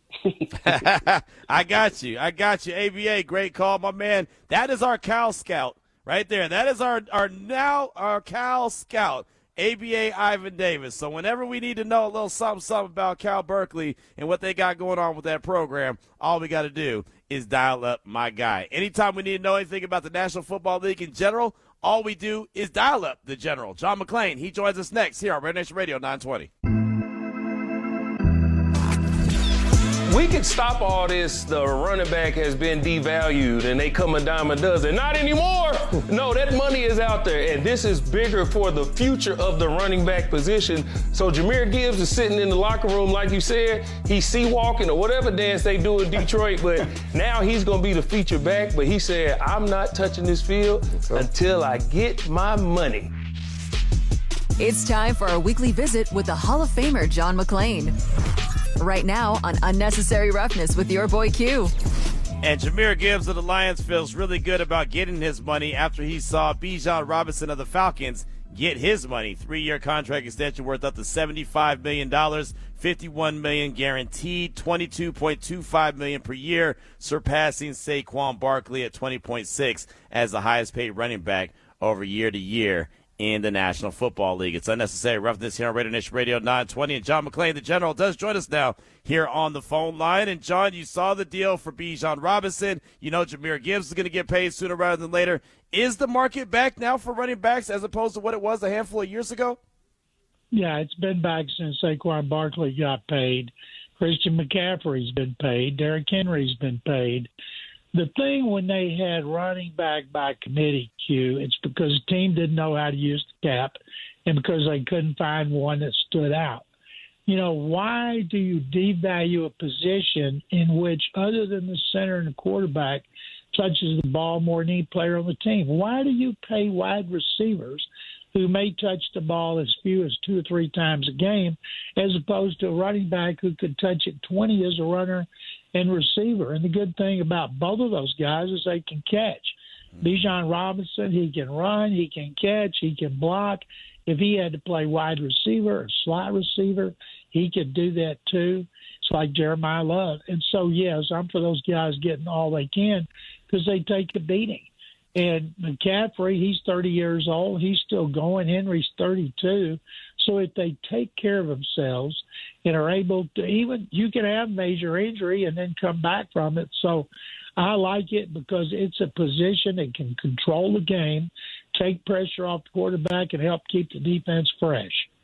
Well, you mentioned a wide receiver. Zay Flowers also got a contract extension, 4 years. Did his contract seem a little high, or did that seem kind of right as far as you're concerned? Well, it seemed high to me because the Ravens are not in – they've never paid wide receivers a lot of money. It seems like they've been a tight end-oriented team. And Robinson, I know, plays really well. He's a great leader. I saw a story today. He'd go over at 5 a.m. and honk at Lamar Jackson's house to get up and come work out. And if he has that kind of control over his quarterback, that's great. So good for him. The thing is, Q, as you know, owners have the money. Yep. So why not spend it, especially when you can work it under the cap? You know, there's a lot of teams paying positions more money than they pay running back, which makes no sense. There was a time in the NFL, like decades, where running backs made more than quarterbacks, and you got quarterbacks that went to the Hall of Fame. And then it changed when they opened up the rules in 1978, where offensive linemen could extend their arms on pass blocking, because before that they had to keep their arms at their pad level. And you got to try to block Deacon Jones like that. And so when they could extend their arms, and that helped, and you had the chuck rule that you couldn't abuse a receiver all the way over the field. So that meant throw the ball more, utilize receivers more, and just gradually, the running back became devalued, but no more. John McClain is with us here on RaiderNation Radio 920. I want to go to the Houston Texans. They have a reunion with former number 1 overall pick Jadeveon Clowney, making the rich get richer when it comes to DeMeco Ryans' defensive line. How nasty is that defensive line now in Houston, which we'll see, obviously, in a couple weeks? They drafted Caden McDonald in the second round from Ohio State. People are stunned that he lasted until the second round. And he's in the mix at defensive tackle. And Jadeveon Clowney's been kind of a mercenary ever since Bill O'Brien traded him to Seattle in a terrible trade here after 5 years with the Texans. And Clowney has never been a great pass rusher. That wasn't what he was in college. Right. He was a great run player. He can still play the run. Last year for the Cowboys, he played 13 games, only 379 snaps, led them in sacks, 8.5, had his most tackles for loss since 2021.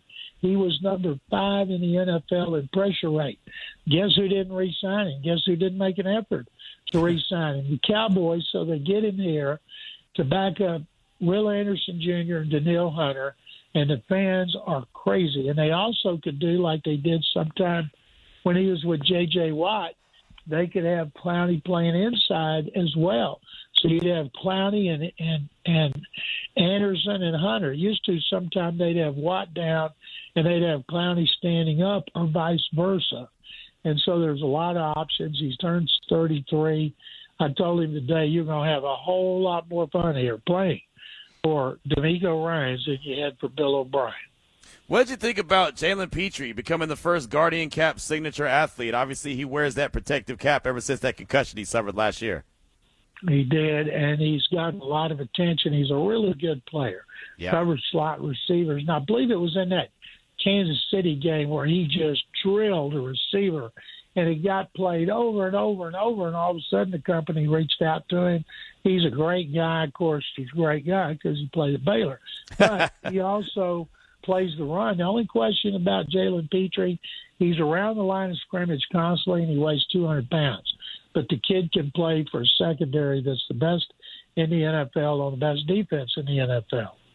Yeah, he is. I like Jalen Petrie a lot, going all the way back to his days at Baylor. Really have a lot of respect for him. The Texans have a good one, as you know. Again, John McClain is with us here on RaiderNation Radio 920. Unnecessary roughness. You mentioned the Cowboys not re-signing Clowney. Sounds like Jerry's trying to send every message he can that he's looking for that difference maker on that defense. Do you think Jerry's just talking, or you think there's some action coming following Jerry's words that he's saying? I think I'd put a lid on it, because if you say something like that, it just means the team you're trading with is going to drive a harder bargain. And if that player happens to be in the last year of his contract, the price of doing business is going to go up. You know, Jerry Jones should be an owner and stay out of his post game and his weekly talk show, and be more careful, because now all the Cowboy fans around the country and the media, they're all fired up about Jerry getting an impact pass rusher. You know what? He used to have one. Yeah, he did. Yeah, he did. He decided to send him to Green Bay. I would say I never understood that one, but there was something that just wasn't – it didn't pass the smell test, John. It just didn't seem like Micah Parsons and Jerry Jones were ever on the same page as far as I was concerned. I think they were insulted that he wouldn't talk to the agent. David Mulligetta is one of the best in the business. He wanted to deal straight with Micah Parsons, who wouldn't do it. And that's the thing. That's a violation of the NFL rules. And did anything happen to him? Not a damn thing. Of course not. Of course not. Jerry does what Jerry does. Again, John McClain is with us here. RaiderNation Radio 920. What do you think about the Hall of Fame game? I know it's not a regular season game, but, John, I mean, football, we'll see a football game coming up in a couple days. The only reason I care about the Hall of Fame game, it means we're one step closer to the start of regular season. The preseason now is like patty cakes, and the only people who care about it are the mothers and daddies, wives and girlfriends and boyfriends of the backup players who get a chance to play, most of whom won't be on the team. You know, it's funny. Speaking of mommies and daddies, I passed that message on that you wanted me to pass on to Clint Kubiak about seeing Fernando Mendoza when the Raiders come to Houston. Mommy and daddy will be upset. And he said, the general. And yes, they will be upset. So he agreed with you 100%. Well, hopefully we'll get to see Mendoza more than just at the joint practice. By the way, at joint practice on the 18th, the Twins asked me to find out when you were coming into town. I'm working on being there. And you know that's Mandy and Candy who think you're so sweet.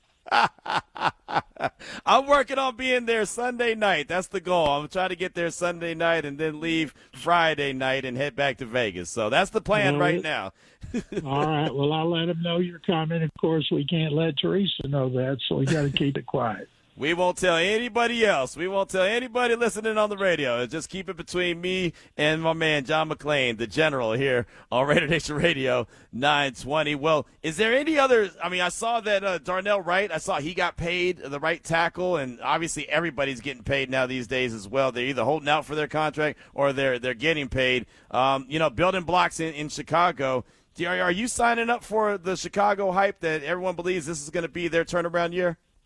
Isn't it? I thought last year was a turnaround year. Yeah, it's true. They go from worst to first, and Caleb Williams was great, and with it should be even better. They have done a great job of loading him up with weapons on offense at wide receiver, a tight end, running game.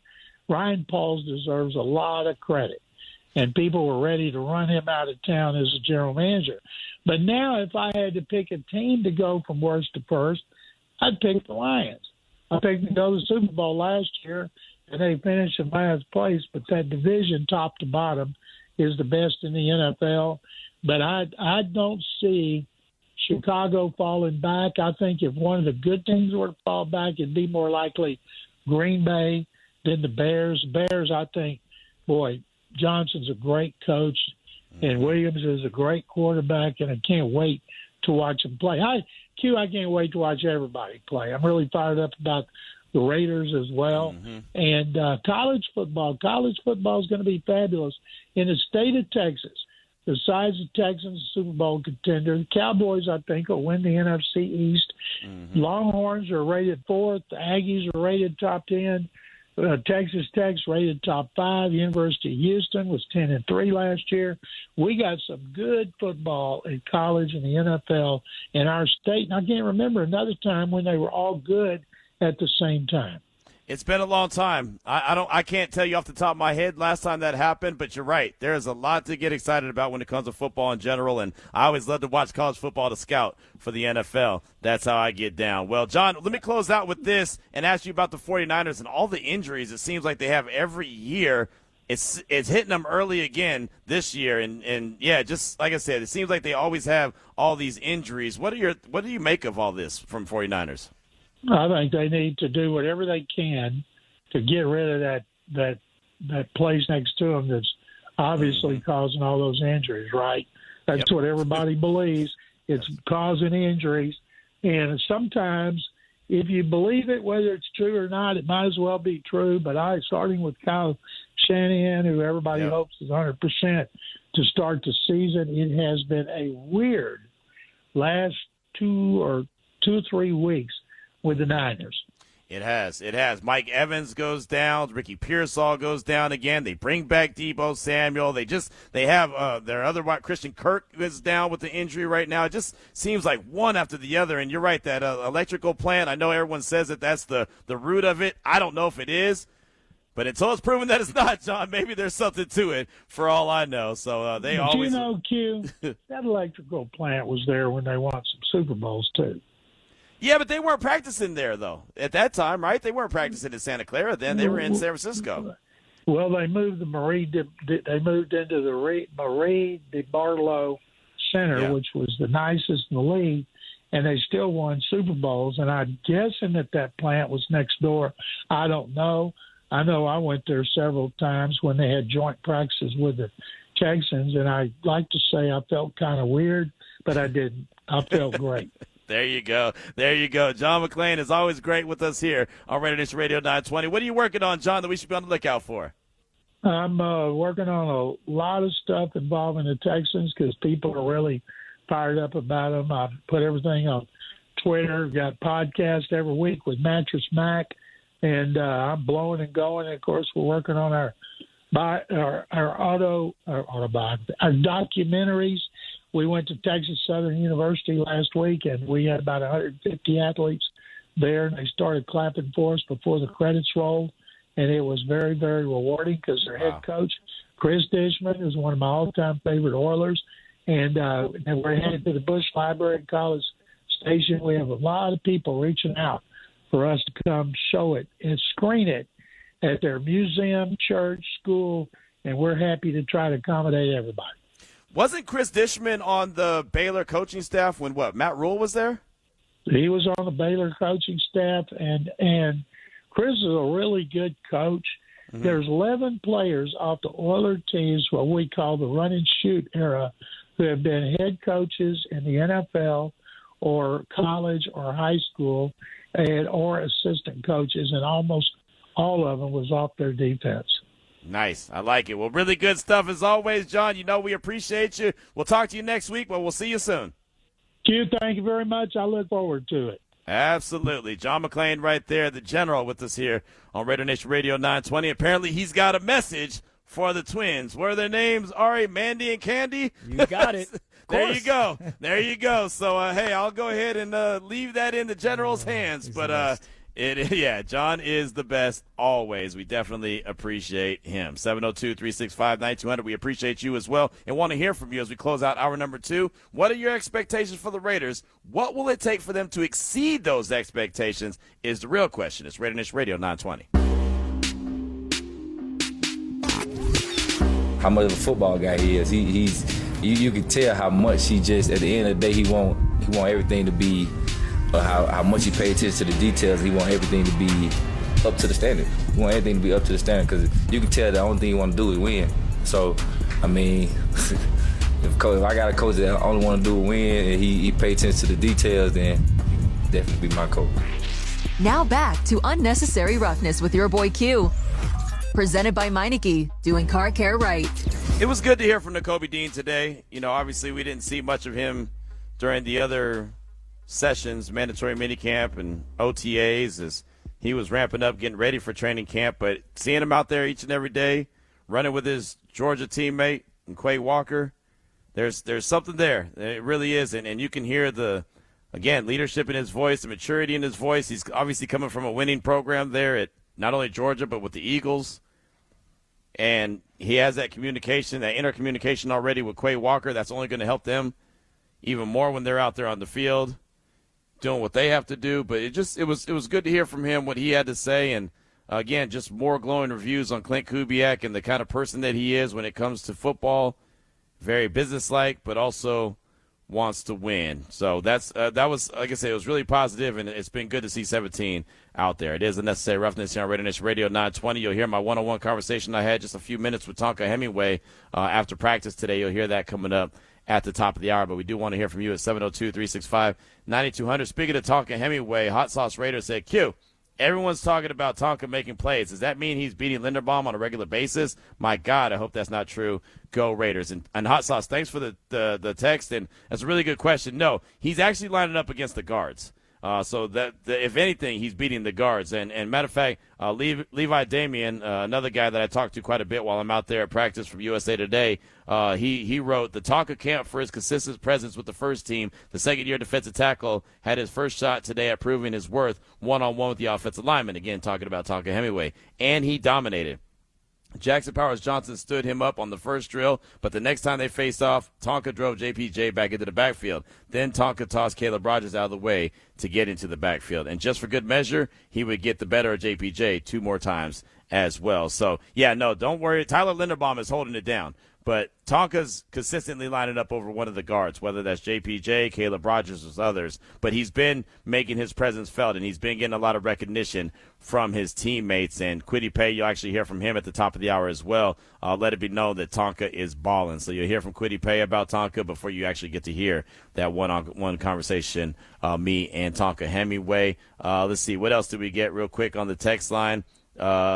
Jason said, Q, Ari, John McClain is the man. Yes, he is. He also went on to say, I can't wait to see everybody play. Yeah, that's real. I mean, you just want to see football activities. I know that Thursday's Hall of Fame game isn't going to be worth the salt, but it's still, you'll see these guys, dressed in their uniforms, and you see them out there on the field, and you're going to see guys that, you probably won't see on the 53-man roster when it's all said and done, except for, in the Cardinal situation, Carson Beck is starting, so he's not going to lose his spot or anything, his roster spot. But, you're not going to see any of the big high-profile names, for the Cardinals or others in that Hall of Fame game. But just to see football activities, again, is always really good. Jake hit us up talking about what Jeremy Chin said when he came to saying that, looking at the film, and we were really embarrassed about how bad we were last year. He said, I appreciate Jeremy Chin saying that. I love when players take accountability and can just be real about how they played. I hate when players act like fans are hating rather than calling a spade a spade. We truly care how this team does. It's not hating when we're frustrated the team sucks. Can't wait to see improvement this year and beyond. Go Raiders. And, yeah, he absolutely 100% took accountability. It's just saying that, we weren't very good. It was embarrassing how bad we were. And that goes back to the attention to details that not only Klint Kubiak is instilling, but Robbie Leonard, Rick Dennison, Joe Woods, all these different coaches that are on this staff are all making sure the attention to details there. The I's are dotted and the T's are crossed. Hour number 3 is on the way. My one-on-one with Tonka Hemingway. It's RaiderNation Radio 920. Maturity, consistency. I mean, he is quiet now, but he has done everything right that he controls from the offseason. Learned a lot of his routine from Maxx. It's been fun to watch him develop as a man, as a player, and now he's got to carry it over to pads. Raiders come with a blitz. Dak back to throw. Settles in the pocket. He pumps Crosby. Knocks the ball out of his hands. It's loose at the 15. Still rolling around the turf. And the Raiders are on top of it at the 14-yard line. Tonka Hemingway, the rookie with his first fumble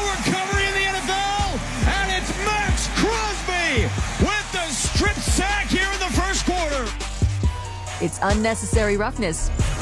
Presented by Meineke, doing car care right. Here's your boy Q. There you go. We kick off hour number 3 of the show. We hear Robbie Leonard, Raiders defensive coordinator now, not defensive line coach, but the defensive coordinator, talk about Tonka Hemingway and what he's done this offseason to grow and mature on and off the field to becoming, well, who he is so far early in training camp, which has been a disruptive force. He's been that guy. You might be hearing Tonka Hemingway's name a lot more than anticipated when it's all said and done, and then you hear one of his few highlights that he had from last season, fumble recovery, multiple sacks in a very limited amount of time. I thought that was promising and something to look forward to going into year 2. I caught up with him after practice earlier today, and you'll hear that conversation in a few minutes here on Unnecessary Roughness, RaiderNation Radio 920. I threw the question out there to you. What are your expectations for the Raiders? What will it take for them to exceed those expectations? We definitely want to hear from you at 702-365-9200. But go ahead and go out to the phone lines real quick and hear from a very patient Money Man. Money Mitch, welcome to the show. What's on your mind? How are you, Q? Good show for the most part. Well done. Well done. I see we got a comedian in the building today. Well done. You pass it on. If only the whole country was funny like you. And good. Good character you are. Hey, well, some people say I'm just funny looking, Mitch. I'm talking about John McClain and Q. I know John's voice anytime. He's got that good Texas. Well, I think quarterbacks play is going to be good, especially a run game. If you get some from wide receivers, get someone that's going to be close to number 1, I'll be happy. 6-7 wins, happy there too. Hope we just draft a USC guy, but one day at a time. It's going too fast. 26 days for USC, and I guess it's about 34 for the Raiders, right? Q, something like that. Call. I got to take another shower. It's too hot here. I can't stand this weather. I can't wait for fall and spring. Can't stand summers anymore. Well, you don't want to come here then, brother. It's way too hot here. I'll go to visit. There you go. That a boy. Great stuff, buddy Mitch. Thanks for the call, man. Definitely appreciate you. And yeah, you got to have those. You got to have those wide receivers step up. Got to have the the quarterback plays got to be where it's at, and I think it will. I don't know who's going to be in the wide receiver room that we're going to be talking about right now. It feels like it's Malik Benson, and everyone else is trying to be part of the party and part of the crew. But again, 2 padded practices in. Only 6 actual days of training camp, and they've got still a long ways to go, even though, as Amber Thea Harris and many others say, it gets late early, and it will get late early in this process as well. But, Money Man, thanks so much for the call. Definitely appreciate you. What you got, Ari? Mitch just wanted y'all to know he got his real ID, everyone. So there you go. I cut him off a little early, so he did want to mention that. There you go. Well, that's a positive. That's a nice PSA from Money Mitch. He's got his real ID. Well, that's good. That's good to know. Yeah, that's good to know, Money Man. Thanks so much for that. Do appreciate it. Now, I want to get into the conversation I had with Tonka Hemingway, just a few minutes with him following practice. But before I do that, Kwity Paye was one of the guys that was made available at the podium along with Jack Besh and Nakobe Dean. And he was asked what he's seen from Tonka Hemingway, how he's been performing this offseason. Oh, man, he's been balling. He's been playing great ball, and if you ask anybody on the defense, they'll say the same thing. Tonka, he put in a lot of work this offseason. He got an award, for the defense, for the guys putting in the most work in the weight room. So, you see him every day in the building, one of the first people in the building just working, wanting to get better, and you can just see it like in camp. Like he's been popping up on the field everywhere. A couple other young guys, Jonah, I said before, Kean Sloan has a motor. He's been out there balling as well. So, I'm really excited for this young group, and yeah.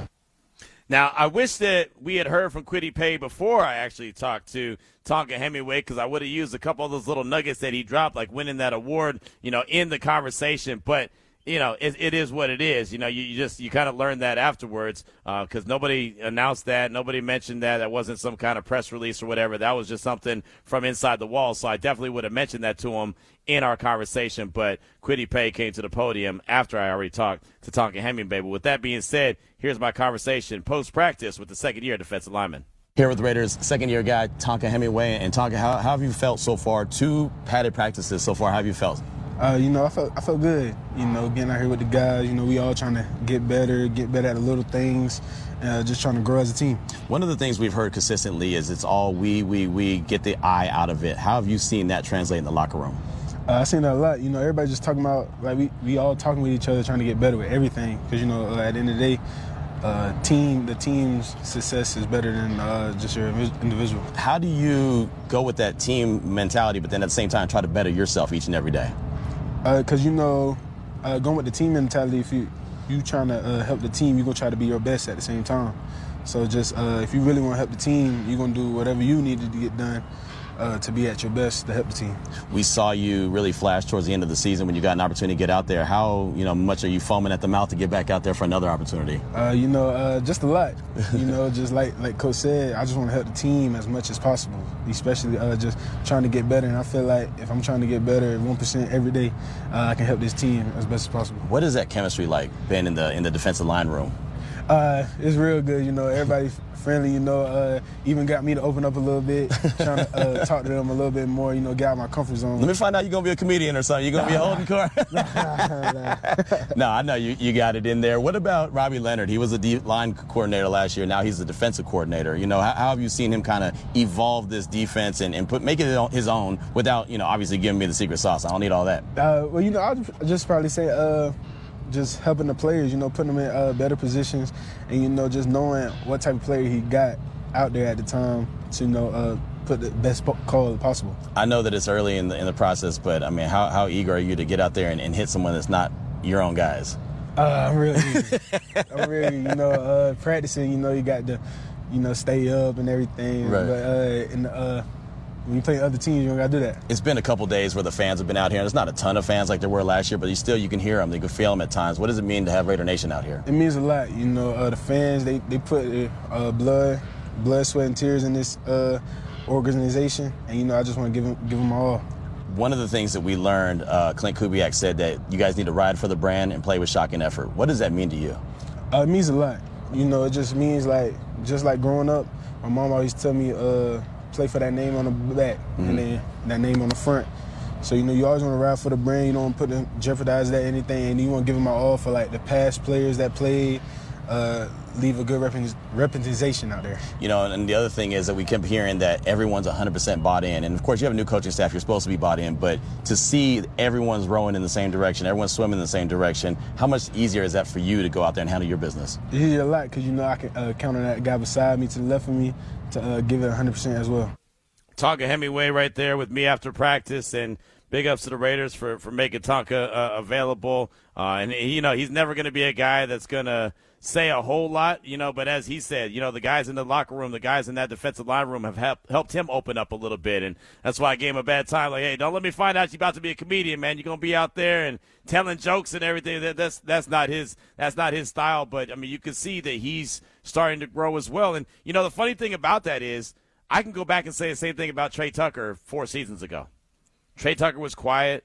Trey Tucker's answers were real low, right? He didn't really say a whole lot. He wasn't one of those guys that gave the most thought out, answer or just long descriptive answer. Now you let Trey Tucker go to the podium. Trey Tucker out there, he running things. He's like, hey, man, I'm the elder statesman. And so I could see Tonka Hemingway continuing to evolve. Remember, this is just a second-year guy who didn't have even a lot of burn last year. I mean, he really didn't even get out there and start showing what he can do until later in the season.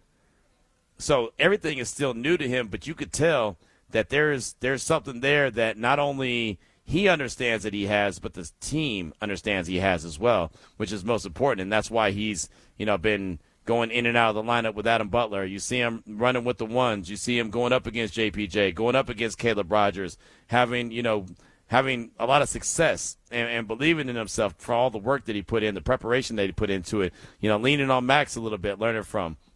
And, oh, by the way, if you're in that defensive line room and you have a guy like Maxx Crosby, why wouldn't you lean on him?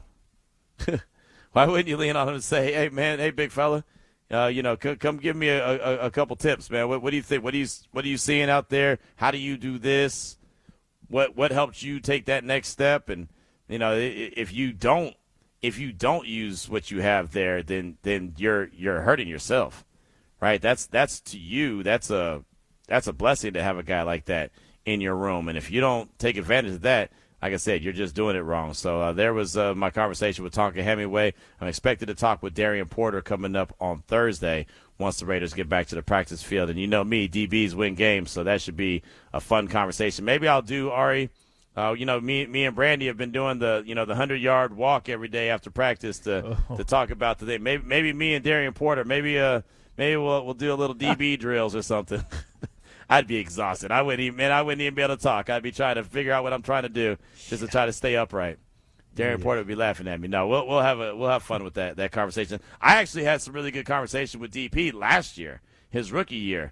He was one of the guys that I remember catching up with pretty early, especially coming from Iowa State, and Matt Campbell does a really good job preparing these guys for the next level, and now Matt Campbell is there at Penn State. They've been trying to get Matt Campbell out of Iowa State forever.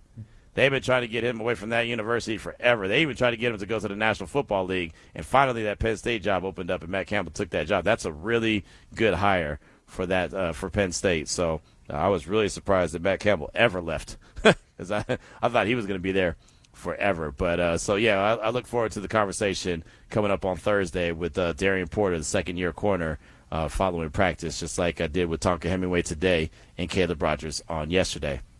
We do want to continue to hear from you at 702-365-9200. What are your expectations for the Raiders? What will it take for them to exceed those expectations is probably the most important question as well. Raider B said, I'm looking for the Raiders to surprise some people.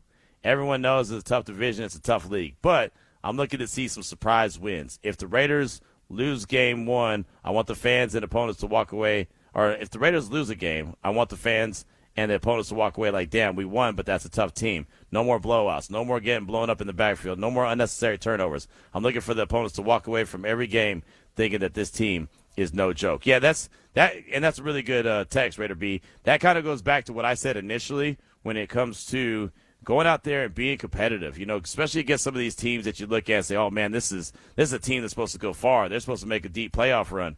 Make them beat you. Don't make the silly mistakes. Don't, like today we saw, a DB line up offsides.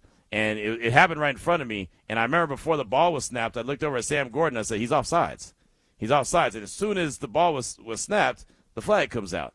Like, the Raiders can't do that. And obviously teams don't want to make those kind of mistakes anyway. Those are unforced mistakes. But in a situation like that, it could be 3rd and 10. You just gave them a free 5 yards just because you lined up offsides. Like, those are the mistakes that can't happen.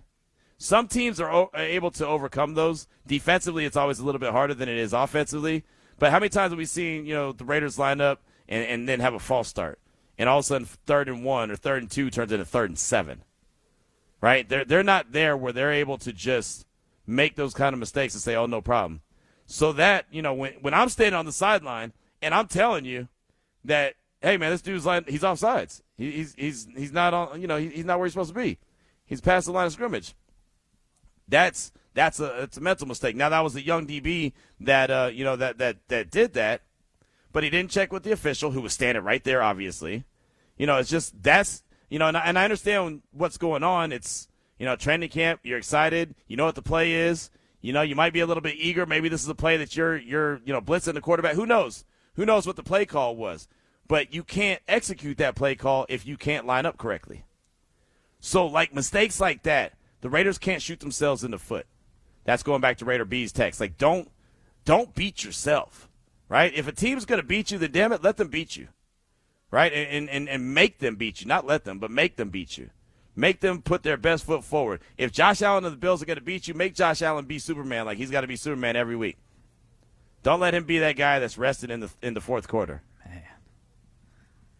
You know what I mean? Like, don't let those guys know that you are not going to be an easy out at all. It's going to be a tough day at the office. Last season, 901-yard total penalty yards for the Raiders. And they were tied for 16th in the most. So, I mean, it's not the worst stat ever, but that's 901 yards is a lot of yards spread out across the games, yeah. To your point, though, and that's a great pull on your part, they weren't the worst in the league, but for a team that was the worst in the league, that's 901 yards they couldn't afford.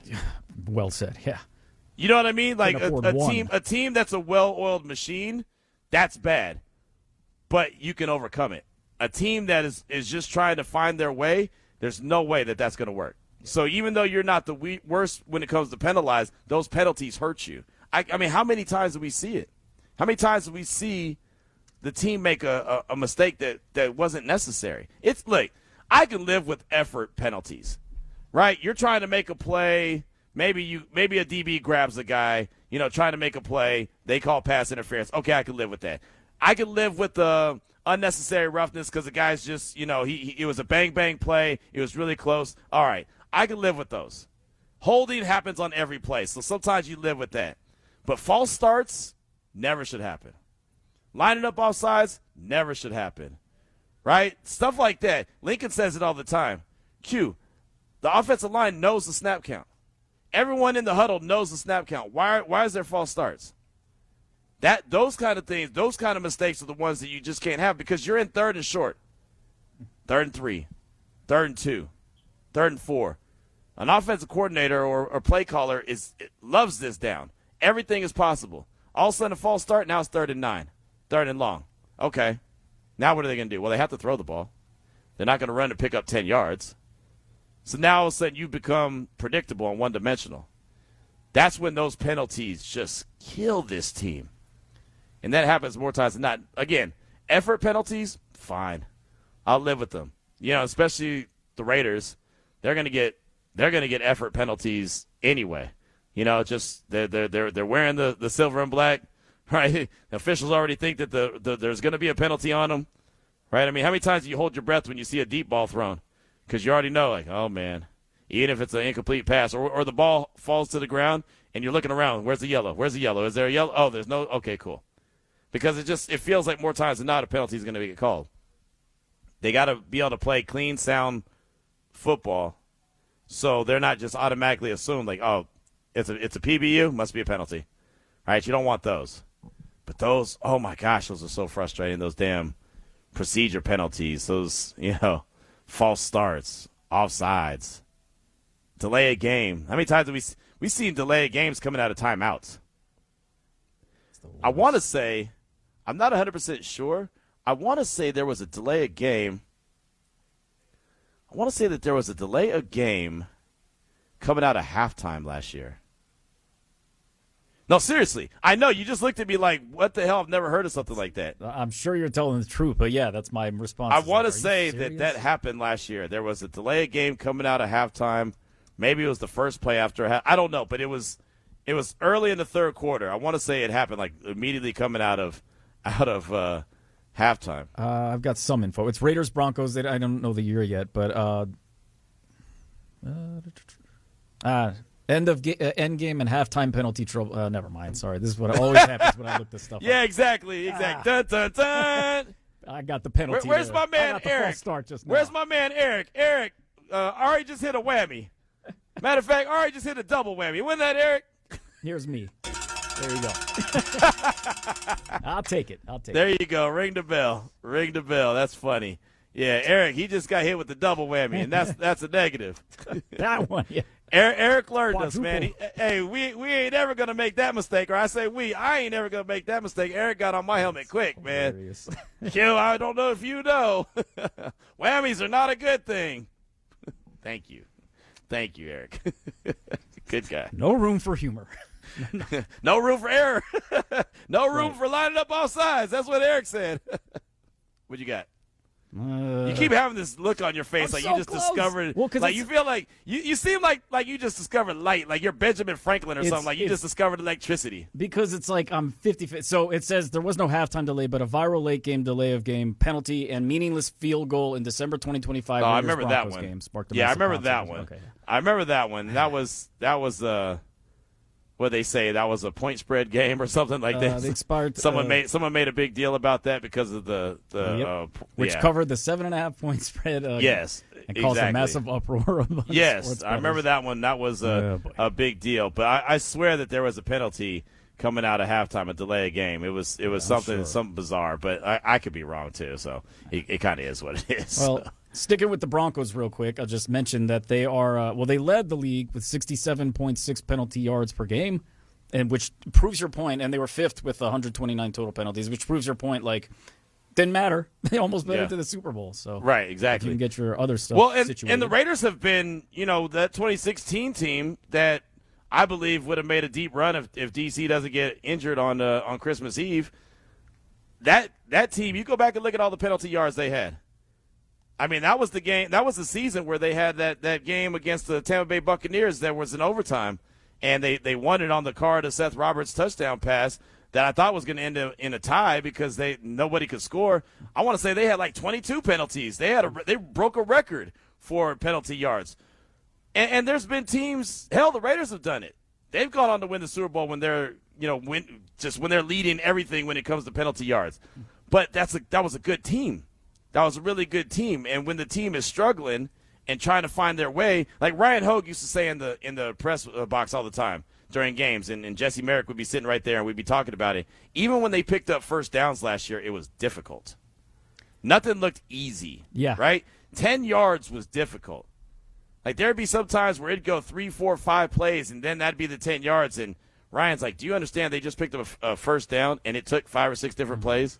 Like they had a penalty here, a penalty there, boom, they picked up a first down. Oh, no, it comes back. What? Like it just was too difficult.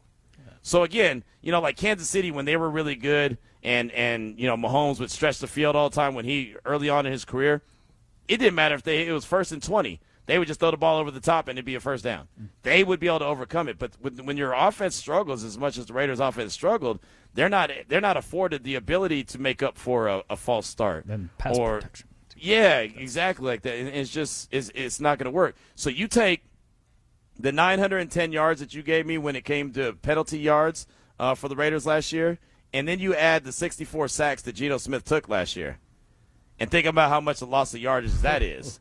So now, you know what I'm saying? Like, that's what I'm saying is it's so difficult to pick up a first down because, and I know all those penalty yards weren't all on offense, but there was a lot of them. So you're behind the sticks because of penalty, and then you're further behind the sticks because you got a sack. Then what is Genty going to do on 3rd and 18? Run it for 2 yards, and then A.J. Cole's going to come out and flip the field?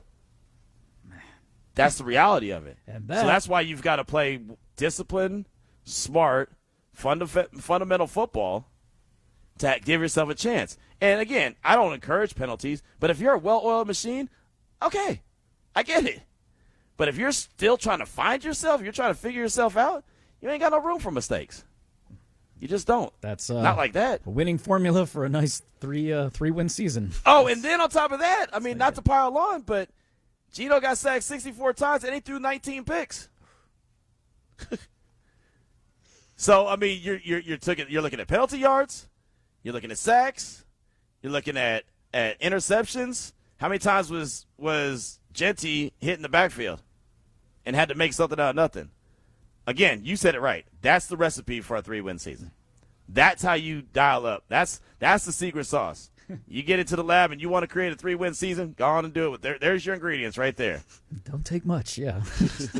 Stir that pot around and you're good to go. Man, it's just unfortunate. So, again, that's what Clint Kubiak, that's what Andrew Janocko, Rick Dennison, Robbie Leonard, all these different coaches, all these different coordinators, that's what they're working on right now. Getting these guys to play sound, fundamental football, being held accountable, trusting what the guy next to you is going to do where you're not trying to do too much. That's when mistakes happen, too, is when you're trying to do too much because you don't trust the guy next to you. Well, I don't think Ari's going to do his job, so I got to overcome it.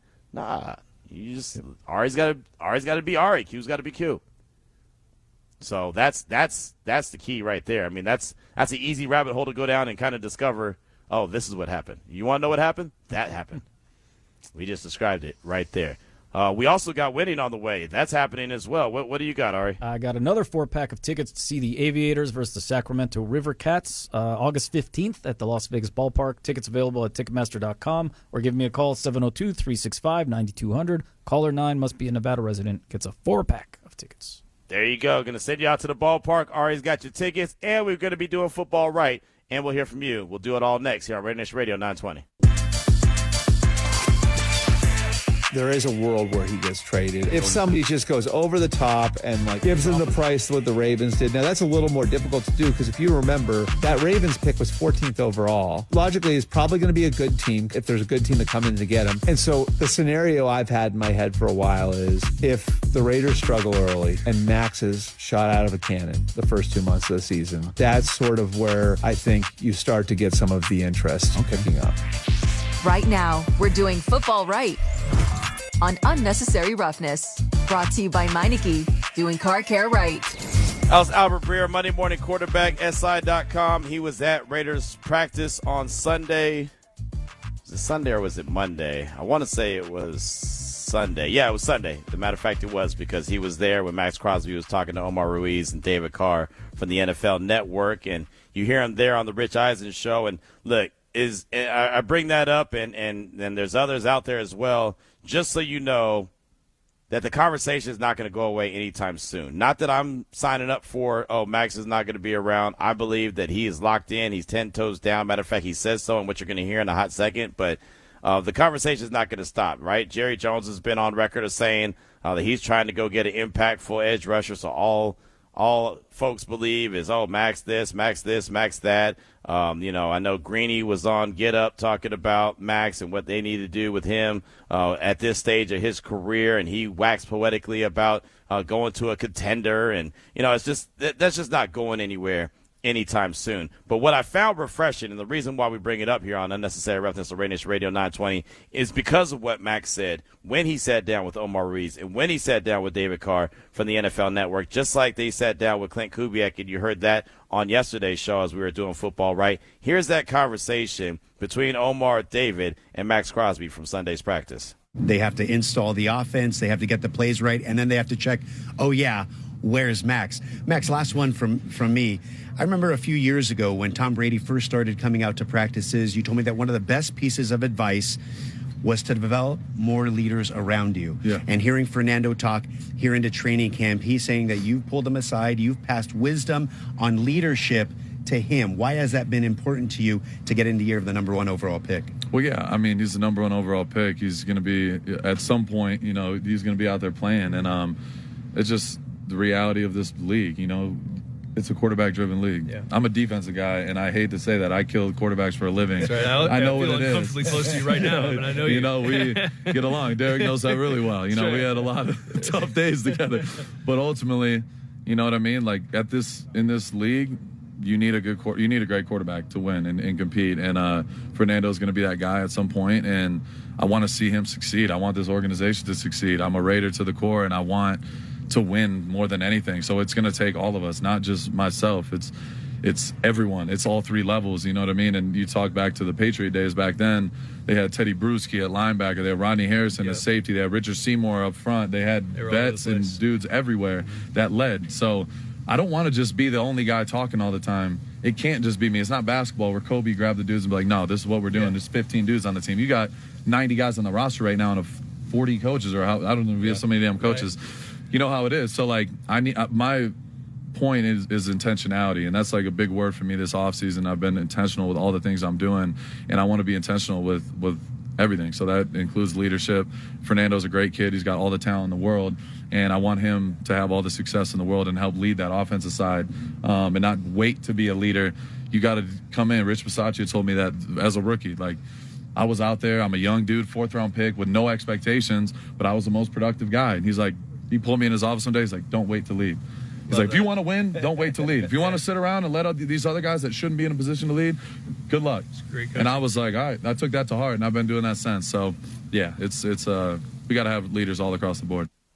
Just part of the conversation right there from Omar Ruiz and David Carr with Maxx Crosby from practice on Sunday. And as I mentioned, multiple times on yesterday, I was able to sit there in the bleachers, and myself and Brandy Flores were sitting there, with Raiders PR and listening to, what they were saying. And Omar was on the show yesterday talking about it as well. Sounds like he's in a really good place.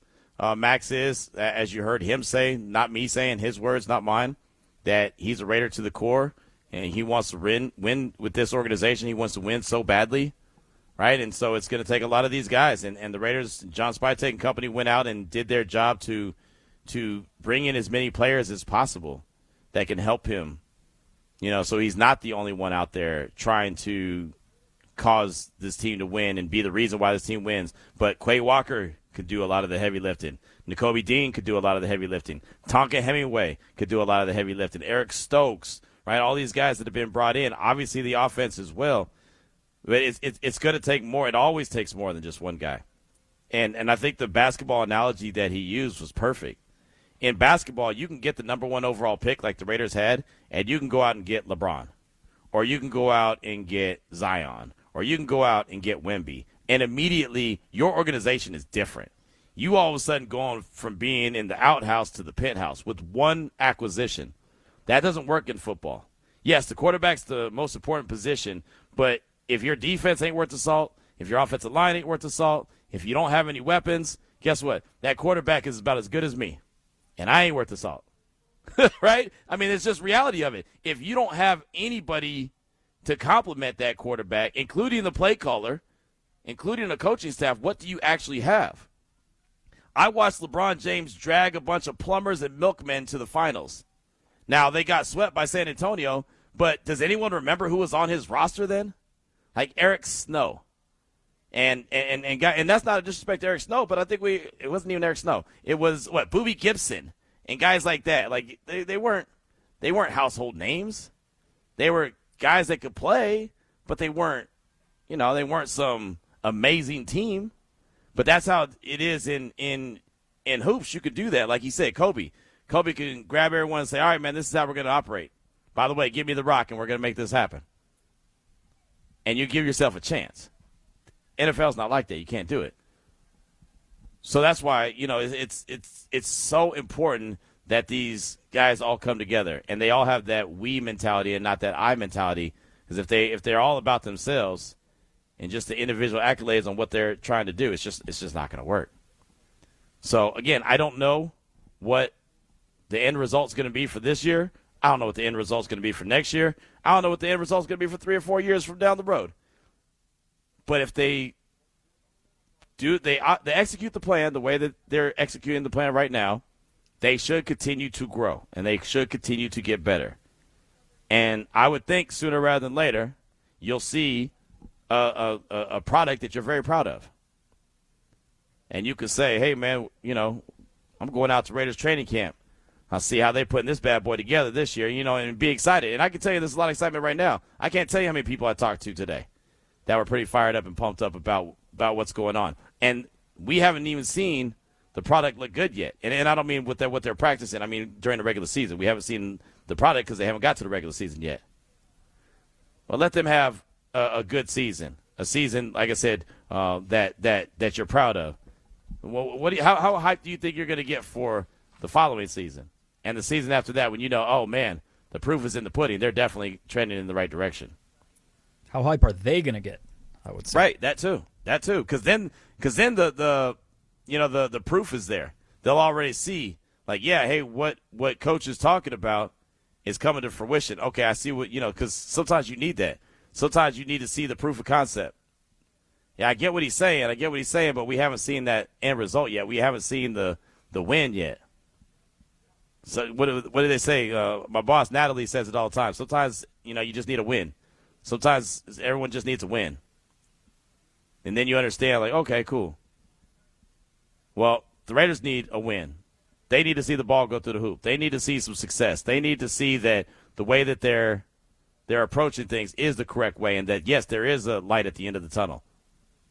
And that's how it goes back to the question that I asked. What are your expectations for the Raiders? What will it take for them to exceed those expectations? We want to hear from you at 702-365-9200, but we wanted to make sure we do football right. Doing football right on Unnecessary Roughness. Brought to you by Meineke. Doing car care right. Real quick, Ari, we got the text, the inevitable text that we get every single day. What is the word of the day, my peoples? My peoples, the word of the day is energize. ENERGIZE. No D or S on the end, just energize. Nice. There you go. Energize is the word. You got about 20 minutes to get that in, and then you'll need a new word for tomorrow. And just looking at it as I ran down, I think all of them yesterday. Yep. I'll hold on to this one. Yeah, I'll hold on to this one. I won't even spoil it this time. There's an unusual amount of extra listens to that podcast, I noticed. It's like a triple or something. That's crazy. Hey, man, you got to do what you got to do, man. Sometimes you got to pad, you got to pad the stats. Yep. About 3,000 more. See nice. what I did there? Yeah. That's what I'm talking about. I ain't mad at that. Let's see. This one's from Just Win Will. Aloha, y'all. Great topic, Q. Here I go. My expectations are for the cement of our new foundation dries evenly so we can actually build on that foundation for the future. What will disappoint me is if the above doesn't happen and we hit the reset button again. Hey, Q, how about you get that 40-yard dash challenge versus Ryan going for training camp? Just saying, LOL, have a great rest of your show. Aloha, Raiders. Yeah, that was something that never happened. And you know the funny thing about it is, it wasn't even like a challenge. It wasn't one of those where it was me versus him. It was just me. It was just like, hey, Q, you can't do this and that the other. Like, just firing a shot at me, which, I mean, he's not wrong, right? I mean, I wasn't going to succeed. I was just going to try. So, but it's so funny. It was never like, oh, he's going to, race me. I mean, this dude's still a well-oiled machine when it comes to an athlete. Seriously. I clearly am not. And I'm okay with that. I understand that. It's like everyone wants to test the old guy. Hey, man, it's like the guy at the YMCA and you're playing a pickup game. You're like, I got him. Dude with the headband and the yeah, I got that guy. No worry. Yeah, that guy. He's going to try hard, and he's going to be tired real quick, so I'm going to go ahead and get that guy. Where did this first come from? Like, there's something that Ryan brought it out of nowhere. Of course. It was random as all get out. I'm at the scouting combine. Myself and Vinny Bonsignore, we're at the scouting combine, and, of course, they're talking about running 40s and this, that, and the other. So Kirk Morrison and Jason Horowitz are talking about 40 times, and Kirk, I don't know what time he said he could run if he trained a little bit or whatever, but he said right now I couldn't run the 40, and maybe even say that Jason would beat him at this stage only because he's not in shape to run the 40. So randomly, as I'm literally working, trying to get, interviews, trying to load up on whatever we're doing at the combine, minding my own business. I'm not even on the air. I wasn't even on the air. Vinny Bonsignore was on the air. And next thing I know, I get a text saying, sub 540, I bet you can't run it, $1,000. And, of course, I'm not going to back down, so I was like, okay. So then I said, all right, I'll do it, but I'll do it, and when I lose, I'll donate the money to charity, right? I wasn't going to donate the money to the bank of Ryan Hogue or the wallet of Ryan Hogue. I was like, all right, well, charity, that's cool. Whatever, that'll be fun. We can get together and have a good time on it. Maybe we can make something positive out of it, right? Yeah. So I just text back with, all right, cool, whatever. Next thing I know, I hear Vinny on the air saying, so apparently Q and Ryan have some bet for $1,000 that he can run a sub 540. I was like, where did that come from? The morning tailgate, right?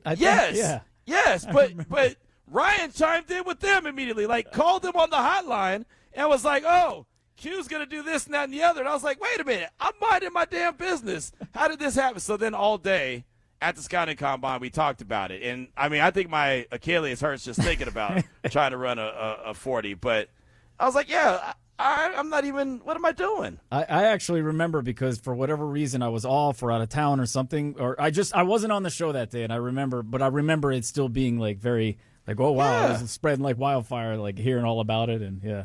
Yeah, it was so random, but it's like I said, man, everyone wants to go after the old guy. Like that came out of nowhere. Like nowhere. You're really competitive. So sometimes I am. I'm very competitive, but I'm not out here trying to. You're not like, hey, everybody, run some blazing. I'm not trying to fool myself and think I'm some track star or whatever like that. Like, are you kidding me? I ain't ran track since I was like in high school. Yeah. I ain't been in high school in a long. I've had some reunions, all right. You had all the reunions. Yeah, that's what I'm saying. Like I probably had more reunions. I probably had more reunions than most people have age. That's funny. So I got out of high school, and I say got out of high school in '94. Look at the calendar. It is 2026. I've had a whole lot of years post high school. 40-year dash. Thank you. Exactly.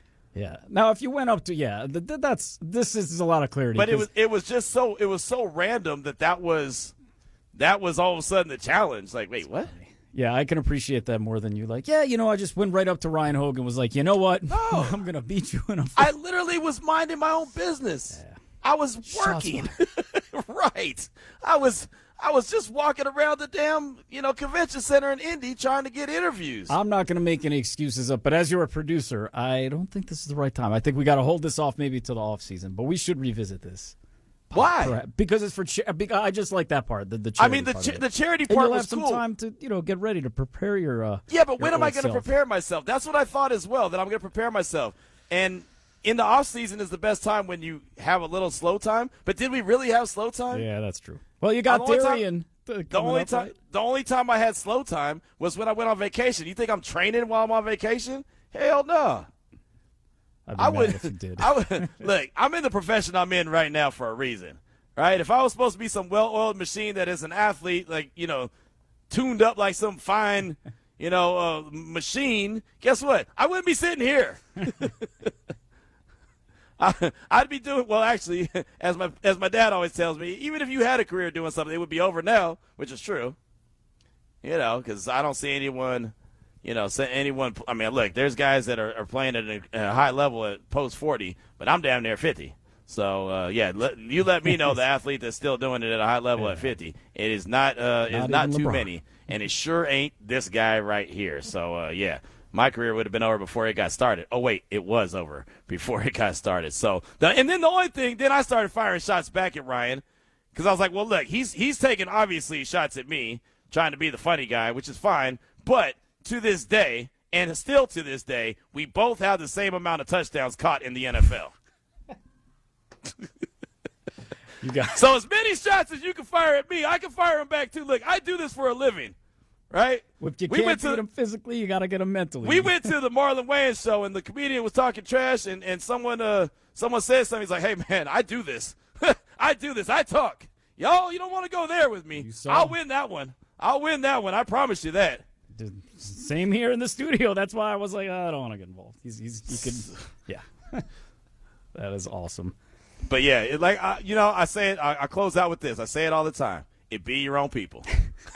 It be your own people. Because I'll see Ryan at the facility. He'll walk in. Oh, what's up, Q? And I'm like, hey, what's up, dog? It's been a minute. And then all of a sudden he'll fire some shots at me. Like I said, man, it's a lesson in it'll be your own people every day of the week and twice on Sunday. We close out the show hearing from you. It's RaiderNation Radio 920. Now back to Unnecessary Roughness with your boy Q. Presented by Meineke, doing car care right. Man, had a fun show. Just like that. It's damn near over. What? Where they do that at? Shout out to Sam Gordon. Shout out to John McClain.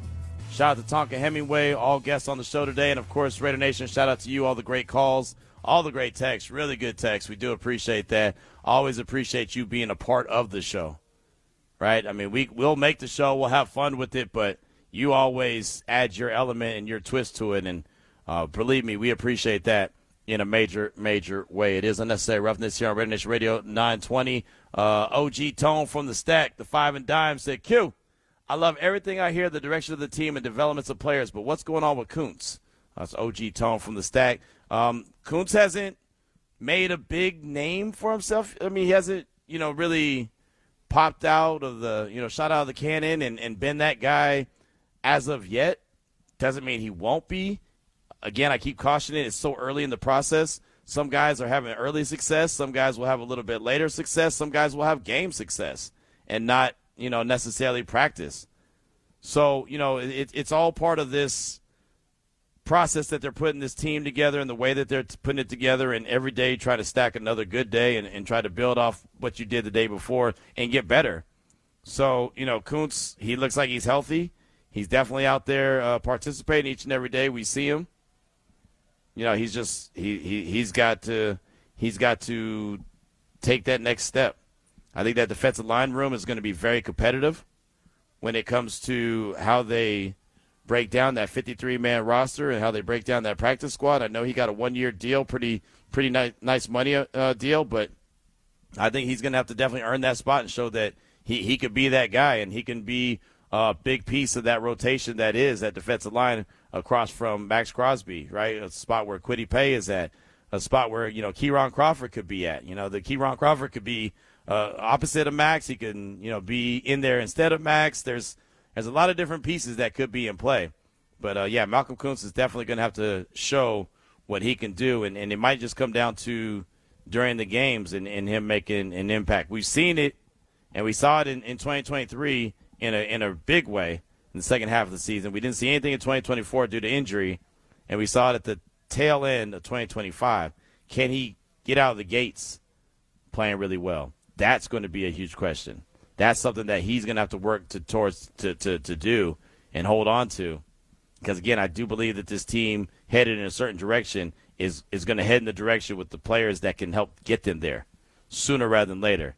As we've heard, Clint Kubiak just wants to win and wants to get this organization turned around and winning. So there is no scholarships anymore, right? There's no, he's a good guy, so we're going to keep him around the roster, or, we like his attitude. No, you got to like his attitude. You got to like his play. He's got to be productive. You're not going to get those guys that, he was drafted by this GM, and so, he's one of the favorites now. I mean, Koonce's multiple contracts now removed. So he's been around long enough, went through his 4-year deal, got a 1-year extension, and then got another 1-year extension. So he's been around for the long haul. Now it's time for him to cash in. He'll definitely be a guy that, we pay attention to throughout the course of training camp, especially with the pads on, and obviously the preseason as well, see if he can carve out a role and let it be seen, let it be known exactly who he's going to be on this Raiders defense. But a really good text. We do appreciate that. As always, don't forget the word of the day is energize. You have about 5 minutes to go ahead and get that in. There'll be a new word of the day tomorrow for the Summer of Fun. We'll finish the week off with our trip to Grand Canyon and Sedona, Yellowstone or Grand Canyon. Then next week it'll be Hawaii. So we'll be back. Of course, the Raiders do not practice tomorrow, so we won't be out there. We won't have any training camp recaps, but we'll be back out there on the practice field seeing what they're doing on Thursday. But we'll be back tomorrow here on RaiderNation Radio 920. Have a great night.